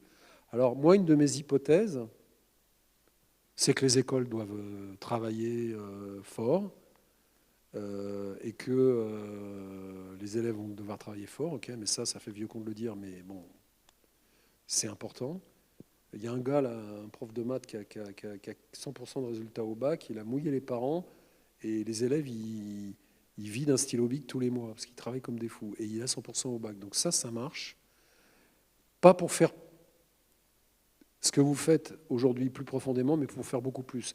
Un peu plus de sciences, un peu plus de philo, la philo, etc. C'est très important. L'écriture du français, c'est très important pour faire des prompts, etc. Mais il y a aussi quelque chose qui va se passer, c'est le contre-coup, le contre-feu classique. C'est ce que j'appelle la création bio. Vous l'avez constaté sûrement dans les gens qui viennent faire des inscriptions dans les pratiques artistiques. C'est tous mes gars à l'agence, tous mes gars et mes filles, sont en cours de dessin de la ville de Paris, dessinent, font du nu, font de l'aquarelle, font de la photo analogique, c'est-à-dire font des trucs qui sont absolument pas faisables en numérique et qui sont distinctifs. Et aujourd'hui, avec le bordel de l'UX, de tous ces trucs numériques, on ne comprend plus rien, de gens qui se disent designers formés en 3 mois, les patrons regardent, ok, tu sais faire quoi dans ton curriculum vitae, montre-moi ton portfolio, et si dans le portfolio il y a du nu, de l'aquarelle, des trucs qu'on disait ça ne sert plus à rien, ah ouais, il y a une épaisseur, il voit en 3D, il construit, il a le sens de la composition, il a le sens de la couleur. Le nombre de jeunes gens qui en travaillent sur Illustrator, ils n'ont aucune culture de la couleur. La couleur, c'est un monde. Hein. Donc ça, pour moi, j'y crois énormément. Donc l'IA pourrait nous obliger à revenir dans une problématique des fondamentaux dont on avait oublié qu'ils existaient. Mais finalement, c'est pas plus mal. C'est pas plus mal. C'est la même chose que Hermès et son artisanat et la selle de cheval faite par un mec. Il y a du carbone dans les selles Hermès, mais elles sont faites à la main de manière artisanale. Donc ça, c'est une piste. Donc, par contre, ça veut dire c'est l'excellence. Hein. C'est vraiment aller vers le haut, c'est-à-dire dans les industries culturelles de haut niveau. Et ça, c'est celle que je préfère parce que, comme je connais le milieu des écoles, on peut agir. Je connais personne qui déteste, enfin, je connais aucun responsable d'école qui dit le dessin, ça sert à rien. On sait tous que le dessin nul, le dessin d'art, c'est super important. Bon, les techniques de peinture, à l'ENSI, on apprenait plus Photoshop parce que les gamins, ils arrivaient, ils savaient faire du Photoshop. Et maintenant, ils arrivaient même, ils faisaient de la 3D parce que dans les jeux vidéo, faire des univers, ils faisaient bon. Mais par contre, ils ne savent pas faire d'aquarelle, ils ne savent pas faire de fusain, ils ne savent pas faire de mine de plomb. L'autre jour, je voyais deux jeunes femmes, là. Il y a plein de boutiques de dessin autour de l'agence qui discutaient. T'es plutôt peinture à l'huile ou acrylique, et c'était un niveau stratosphérique, j'y comprenais rien. Elles avaient 20 ans, c'est absolument formidable. Donc ça, moi, ça me semble une piste de survie qui est pas préemptable. Et puis le travail, et il n'y a pas de raison que ça ne marche pas. Surtout que l'IA, ça peut être aussi une opportunité. Quand on fait des logiciels qui utilisent de l'IA, ça va bouleverser la façon dont on conçoit les logiciels depuis toujours, qui sont une analyse fonctionnelle, rationnelle, informatique, des besoins qu'on décortique en un ensemble de tâches. Dans Photoshop, je choisis un outil de détourage, je choisis le fringe, je fais mon truc à la main, c'est besogneux, je fais un copy, je sauve la sélection. Enfin, c'est un ensemble de tâches et un flow. Avec l'IA, c'est comme dans le Mac ou l'iPhone, il y a une photo, je mets mon doigt dessus, je la copie. Ça, c'est ce que j'appelle les interactions par objectif. Concept to concrete, pour le dire en bon français. Et tous ces logiciels-là, il va falloir les inventer. Ce n'est pas aux mecs qui ont fait de l'UX pendant 3 mois qui vont pouvoir aller dans cette abstraction-là. Donc ça, pour moi, c'est un boulevard de recherche, de réflexion pour les écoles. C'est-à-dire comment on simplifie de manière ultime l'utilisation des logiciels pour aller directement d'une idée puissante à sa réalisation. Et on fait travailler l'IA à notre service. Bon, ça, c'est des trucs où on domine le sujet. Ce que je disais dans mes tensions tout à l'heure. Donc ça, c'est positif. Nous, on est très à l'aise là-dedans. C'est ce qu'on fait dans l'histoire. Il y a des pistes. Hein. Encore une fois, je ne suis pas un ravi de la crèche. Je ne suis pas un ludite. Je suis entre les deux. Par contre, on ne peut pas se contenter de la posture « je suis un artiste, donc je fais ce que je veux ». Il faut dominer le bestiau et là, on sera écouté, quoi. Et je pense même que c'est un argument pour les écoles vis-à-vis des tutelles et tout ça. Mais par contre, il faut écrire, c'est du jus de cerveau en sortant des postures, c'est-à-dire, enfin moi, le papier de mes rêves, c'est, excusez-moi, je vais être très vulgaire, mais c'est Duchamp nous a enculés. Donc maintenant, il faut repartir dans autre chose, parce que l'IA, le résultat, c'est voilà, n'importe qui fait n'importe quoi, et tout le monde est artiste, donc pas d'accord.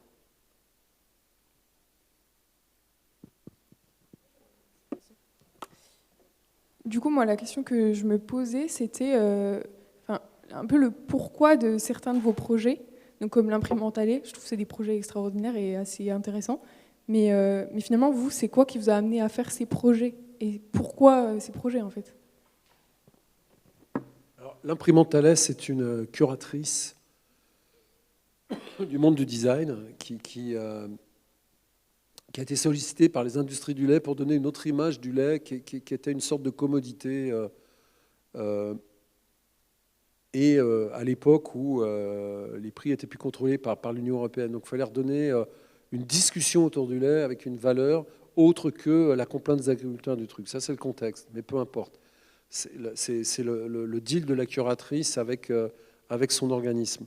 Ensuite, elle est venue nous voir.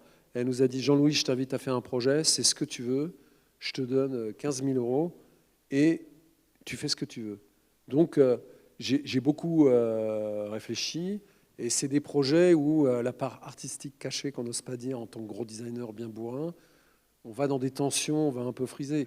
On avait fait un projet, on voulait faire une fusion entre la vache mais je conçois qu'en le disant que c'est pas très cool, entre la vache et la femme sur le lait, pour faire une espèce de collusion, de questionnement métaphysique. Ça marchait pas, on s'en sortait pas. Et puis, à l'époque, à l'agence, il y avait que des mecs, donc ça ne le faisait pas. Donc, on est revenu à nos fondamentaux, une machine, et on aime bien connaître un sujet. On a regardé, je connaissais un mec qui avait travaillé dans des fromageries industrielles. Donc, je lui ai dit, le goût du lait, les régions, ça existe? Non. Il me dit, le goût du lait, c'est les antibiotiques. Et si tu savais ce qu'on fait avec le lait, on fait de l'épandage dans les champs pour faire de l'irrigation, parce qu'il y a des... Ah ouais, ça c'est intéressant. Donc je dis, mais on avait des notes et tout, mais on va faire un livre. Et mon histoire de Bruges, on va faire un livre, on va faire une imprimante, la typo, puis on a remonté le truc à l'envers. Et faire la machine après, c'est le plus simple. Alors, on aurait pu la faire en impression 3D, on l'a fait en fraisage avec du corian parce que c'est plus joli, on n'avait jamais fait. On a fait les poubelles la nuit pour trouver des trucs Epson, pour trouver les barres calibrées. Mais ça, on avait l'habitude. Mais l'histoire, c'est celle-là, c'est telle que je te l'ai racontée. Et cette histoire de Bruges, elle m'obsède parce que je ne vous l'ai pas racontée en entier. C'est-à-dire que les habitants qui ont ces imprimeries éditeurs à Bruges, ils ont des maisons tout à fait modestes. Et leurs maisons d'édition sont tout à fait importantes. Tu fais 100 km au sud, tu arrives à Lille. Les maisons des industriels sont magnifiques. Ils ont fait vivre les plus grands artisans français. Il y a les personnes les plus riches de France dans le Nord. Donc, tu as des maisons avec Mallet Stevens, la Villa Cavrois, tu as du Dôme, du Galet, du Boulle, du Jacob, etc. Les usines, c'est des taudis. La Villa Cavrois, c'est un château bourgeois fait par Mallet Stevens. La manufacture Cavrois, qui a fermé en 84, donc c'est une des dernières qui a fermé, c'est Zola. Et la différence entre le Nord, entre les Belges et nous, c'est que les protestants, ils mettent l'argent dans l'outil de travail, nous, on met l'argent dans la représentation. Voilà. Donc cette histoire m'a vraiment marqué. Et quand on avait tout notre truc sur les vaches, là, tous les textes, les notes et les trucs, on s'est dit, on va refaire l'histoire de Bruges, quoi. Voilà, c'est ça. Mais c'est des projets manifestes pour dire aussi que en bon français, le doing, le making, parce que j'ai beaucoup été dans le mouvement des Fab Labs, que j'appelais l'atelier en français. J'ai un copain qui organisait la Maker Faire en France, donc on était un peu là-dedans. Moi, je voulais mettre du design dans tous les gens qui bricolent avec des imprimantes 3D, parce que c'est souvent, on imprime parce qu'on peut le faire, on fait des objets parce qu'on peut les faire, mais ils n'ont aucun intérêt. Donc je voulais essayer de faire une démonstration que le design pouvait, même dans des objets comme ça, faits par soi-même, pouvait avoir un intérêt. C'est aussi dire à des jeunes qu'il n'y a plus de dessin, puis on fait fabriquer par quelqu'un. Le designer peut devenir artisan ou peut devenir le prototypiste de ses propres expériences. Alors, peut-être moins sophistiqué qu'à l'imprimante. Et puis, à un moment, tu as le droit de mistoufler. Là, il y a les projets que je vous ai montrés, ils ne sont pas mistouflés, mais il y a des projets, ils marchent un peu une fois, deux fois, puis après, ça part en bug. On fait un film, on refait du montage, et on fait comme ça. C'est-à-dire que des fois, le prototype, on se fait aider aussi par la vidéo. On n'est pas bon en tout, on est des très mauvais développeurs, on arrive à faire des trucs, mais on met 10 jours, là, un mec il met une journée. Mais vous faites du montage vidéo, vous savez faire de l'After Effects, des trucs, vous pouvez vraiment raconter, faire des pièces, des installations, parce que c'est une installation finalement. Mais l'idée du procédé est importante. Et puis, les imprimeurs de Bruges. Merci. Et c'est pareil, le petit truc que je vous ai montré, je n'ai pas insisté au début, qui était au MoMA, là, qui s'appelle Wablog, c'est vraiment né des gens très sérieux de France Télécom me disent, oui, c'est quoi la communication indirecte? C'est quoi le plus petit canal de communication possible? Avant que ça coupe, parce que nous, on veut toujours vendre la communication. Je dis, ouais, ok. Bon, et puis on doit faire un projet, voilà, on fait un projet. Et je dis, on va faire un truc là-dessus, sur la communication indirecte. Derrière le rideau, avoir la conscience de quelqu'un sans être là. Parce qu'on bouge un avatar en bougeant les mains, ça bouge la petite marionnette. Ma fille était à New York à ce moment-là, donc on faisait ça, et elle voyait un petit truc bouger de l'autre côté. Donc on lui faisait coucou, vraiment. Puis le reste du temps, c'était connecté, mais si on passait devant, ça bougeait, si on passait devant, ça ne bougeait pas. Donc c'est vraiment des petits signes, comme tu vois une personne derrière le rideau. Puis à un moment, dans l'informatique, il y a ce qu'on appelle les pings. Pour voir si une machine est reliée à une autre, on envoie un petit signal, un ping. Donc on a envoyé un ping pour voir si notre LED s'allumait. Et puis Ouroche, mon associé, il a dit on va faire un pong, on va le renvoyer. Et donc on a fait aussi un ping-pong virtuel. Donc on pouvait jouer avec ce truc-là. Au ping-pong, on envoyait une balle, et ma fille de l'autre côté à New York. Alors ma fille, elle était sur un ordinateur, elle n'était pas sur le même appareil, mais on avait fait un widget à l'écran avec exactement la même forme. Et en fait, on pouvait jouer au ping-pong sans se parler. C'est-à-dire que soit on bougeait, soit on jouait au ping-pong, mais on ne se parlait jamais. Et là, c'est la communication minimum. Mais après, c'est un trésor de savoir, quand tu fais des applis pour l'armée, pour France Télécom, pour Leroy Merlin, pour machin, pour truc, pour bidule, c'est aussi des laboratoires de connaissances, ces projets-là. J'ai pas mis les projets sérieux d'agence. J'ai mis que des projets un peu drôles, parce que dans une école, quand on a 20 ans, on n'a pas envie de s'emmerder avec... Vous avez tous utilisé France Connect pour aller sur Parcoursup, non? Ouais, c'est moi qui l'ai dessiné, tu vois, le truc sérieux, bien chiant. Tout d'abord, bonsoir. Et je suis désolée. En fait, déjà, je tenais à vous remercier. Mais parce que, en fait, moi, personnellement, vous m'avez fait un peu rêver, parce que je suis une élève en prépa design et j'aimerais partir en design d'objets. Et en fait, j'aurais une question à vous poser. Est-ce que vous avez un conseil à donner pour être un bon designer ? Alors, c'est une question compliquée. Il y a une question très molièresque et très prétentieuse qui pourrait être élève de Jean-Louis Fréchin. Ça peut aider, mais je n'oserais pas la faire. Il y a un petit peu ce que j'ai dit dans la présentation. Être curieux. Curieux de tout. Je vous donne des exemples. Vous avez peut-être passé le bac, les cours de philo, ça vous a embêté, enquiquiné. La philo, c'est le truc le plus important pour être designer. Les sciences, la physique, ça vous embête un petit peu. Reprenez vos cours, regardez-le avec un œil nouveau. Être curieux, ça veut dire quand tu vas au supermarché, tu ne fais pas les courses pour le moment et puis tu rentres et tu ne regardes rien. Tu décryptes tout, les packaging, le caddie, les caisses, l'éclairage, la qualité, comment les trucs s'améliorent, etc. Quand tu vas chez Decathlon, tu regardes comment sont faits les trucs, etc. Tu essayes de trouver des objets qui ne sont pas designés. Tu essayes de trouver des objets qui sont sur-designés. Mais surtout, tu essayes de t'intéresser à tout. Tu pourras faire ce que tu veux, des chaises, du mobilier, du design de service, du design de care pour changer l'accueil dans les hôpitaux. Mais le designer, c'est ce qu'on appelle c'est très prétentieux, mais moi, c'est ma vie et c'est ce que j'enseigne. C'est quelqu'un qui est à la fois large et profond.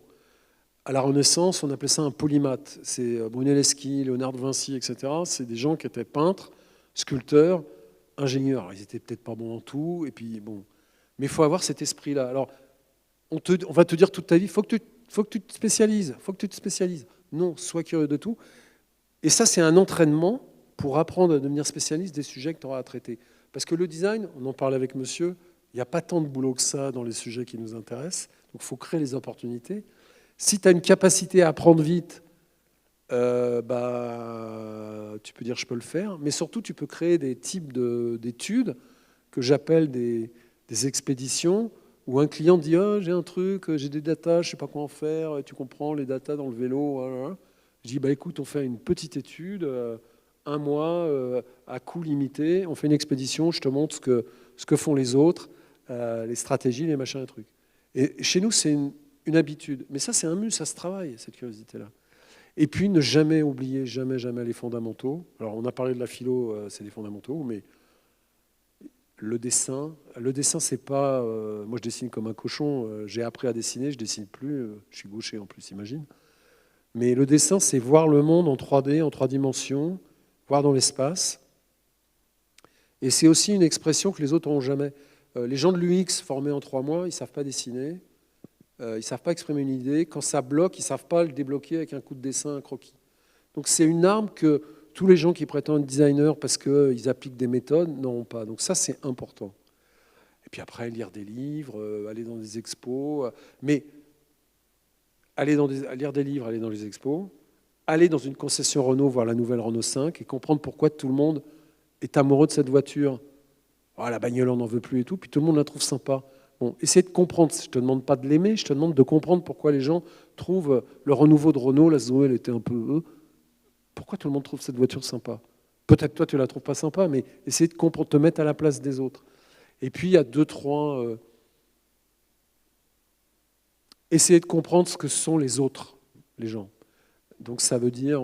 alors lire des bouquins de sociaux, ça peut être périlleux. Enfin, se taper Bourdieu tout de suite de front à froid, ça peut être dur, mais... commencer doucement, y prendre goût, écouter des podcasts. Alors, les podcasts, aujourd'hui, vous avez la chance, c'est vraiment formidable. T'intéresser aux gens. Pardon, on oublie la l'anthropologie. Il faut plutôt mieux lire les bouquins de Lévi-Strauss ou de Clarisse Ehrenschmidt que la sociologie. L'anthropologie, c'est sur des cycles, les évolutions des gens sur beaucoup plus long. Parce que le design, c'est de l'anthropologie active. Tu espionnes les gens quand tu vas au supermarché, tu aimes les gens, tu regardes, etc. Et ça te permet d'aller plus vite que les spécialistes de ça, les ergonomes, etc. Et surtout, tout ça, il faut l'objectiver et le mettre dans un dossier, parce que si après tu passes le concours, admettons que tu vas soit dans une école master, soit éducation nationale, soit culture, et puis qu'à partir de la licence, tu te dis je vais tenter les arts déco, l'ENSI, Ensama, Saint-Étienne ou Reims, il faut que tu aies un dossier qui soit plus que la somme des scolarités. Il faut qu'il soit un dossier qui soit toi, tes curiosités. Des tabourets, ils envoient des millions, donc un de plus dans un dossier. Par contre, une petite enquête photographique bien faite sur pourquoi les gens aiment la R5 ou la gueule des gens en regardant la R5, ou un podcast. Tiens, j'ai fait un podcast sur comment les gens critiquent l'aménagement de la place de Biarritz, etc. C'est intéressant, ça. Le design, c'est la vie, donc il faut montrer que tu aimes la vie et tous les trucs de... Je ne sais pas si j'ai répondu à ta question, mais... Oui, merci. Puis va voir les portes ouvertes des écoles au maximum. Quand il y a des 3-4 écoles qui font le même jour à Paris, ils essayent généralement. Ça vaut le coup de se payer un billet de train et de faire les 3 écoles parce que c'est inspirant. Même si tu ne veux pas rentrer dans ces écoles-là, tu vois à peu près le niveau. C'est pas mal quand même. Osez aller voir des designers, parler avec eux. Bonjour monsieur, je suis en mana, je voudrais faire du design plus tard. Est-ce que vous accepteriez de me consacrer 1 heure pour qu'on échange, etc. À l'agence, toutes les semaines, il y a des jeunes qui viennent nous voir. Et on le fait parce que ouais, c'est normal. On l'a fait pour nous. Mais les gens sont contents, sont contents de parler de leur métier, donc ça peut aider. D'autres questions? Je pense qu'on peut conclure. Merci beaucoup, Monsieur Fréchet.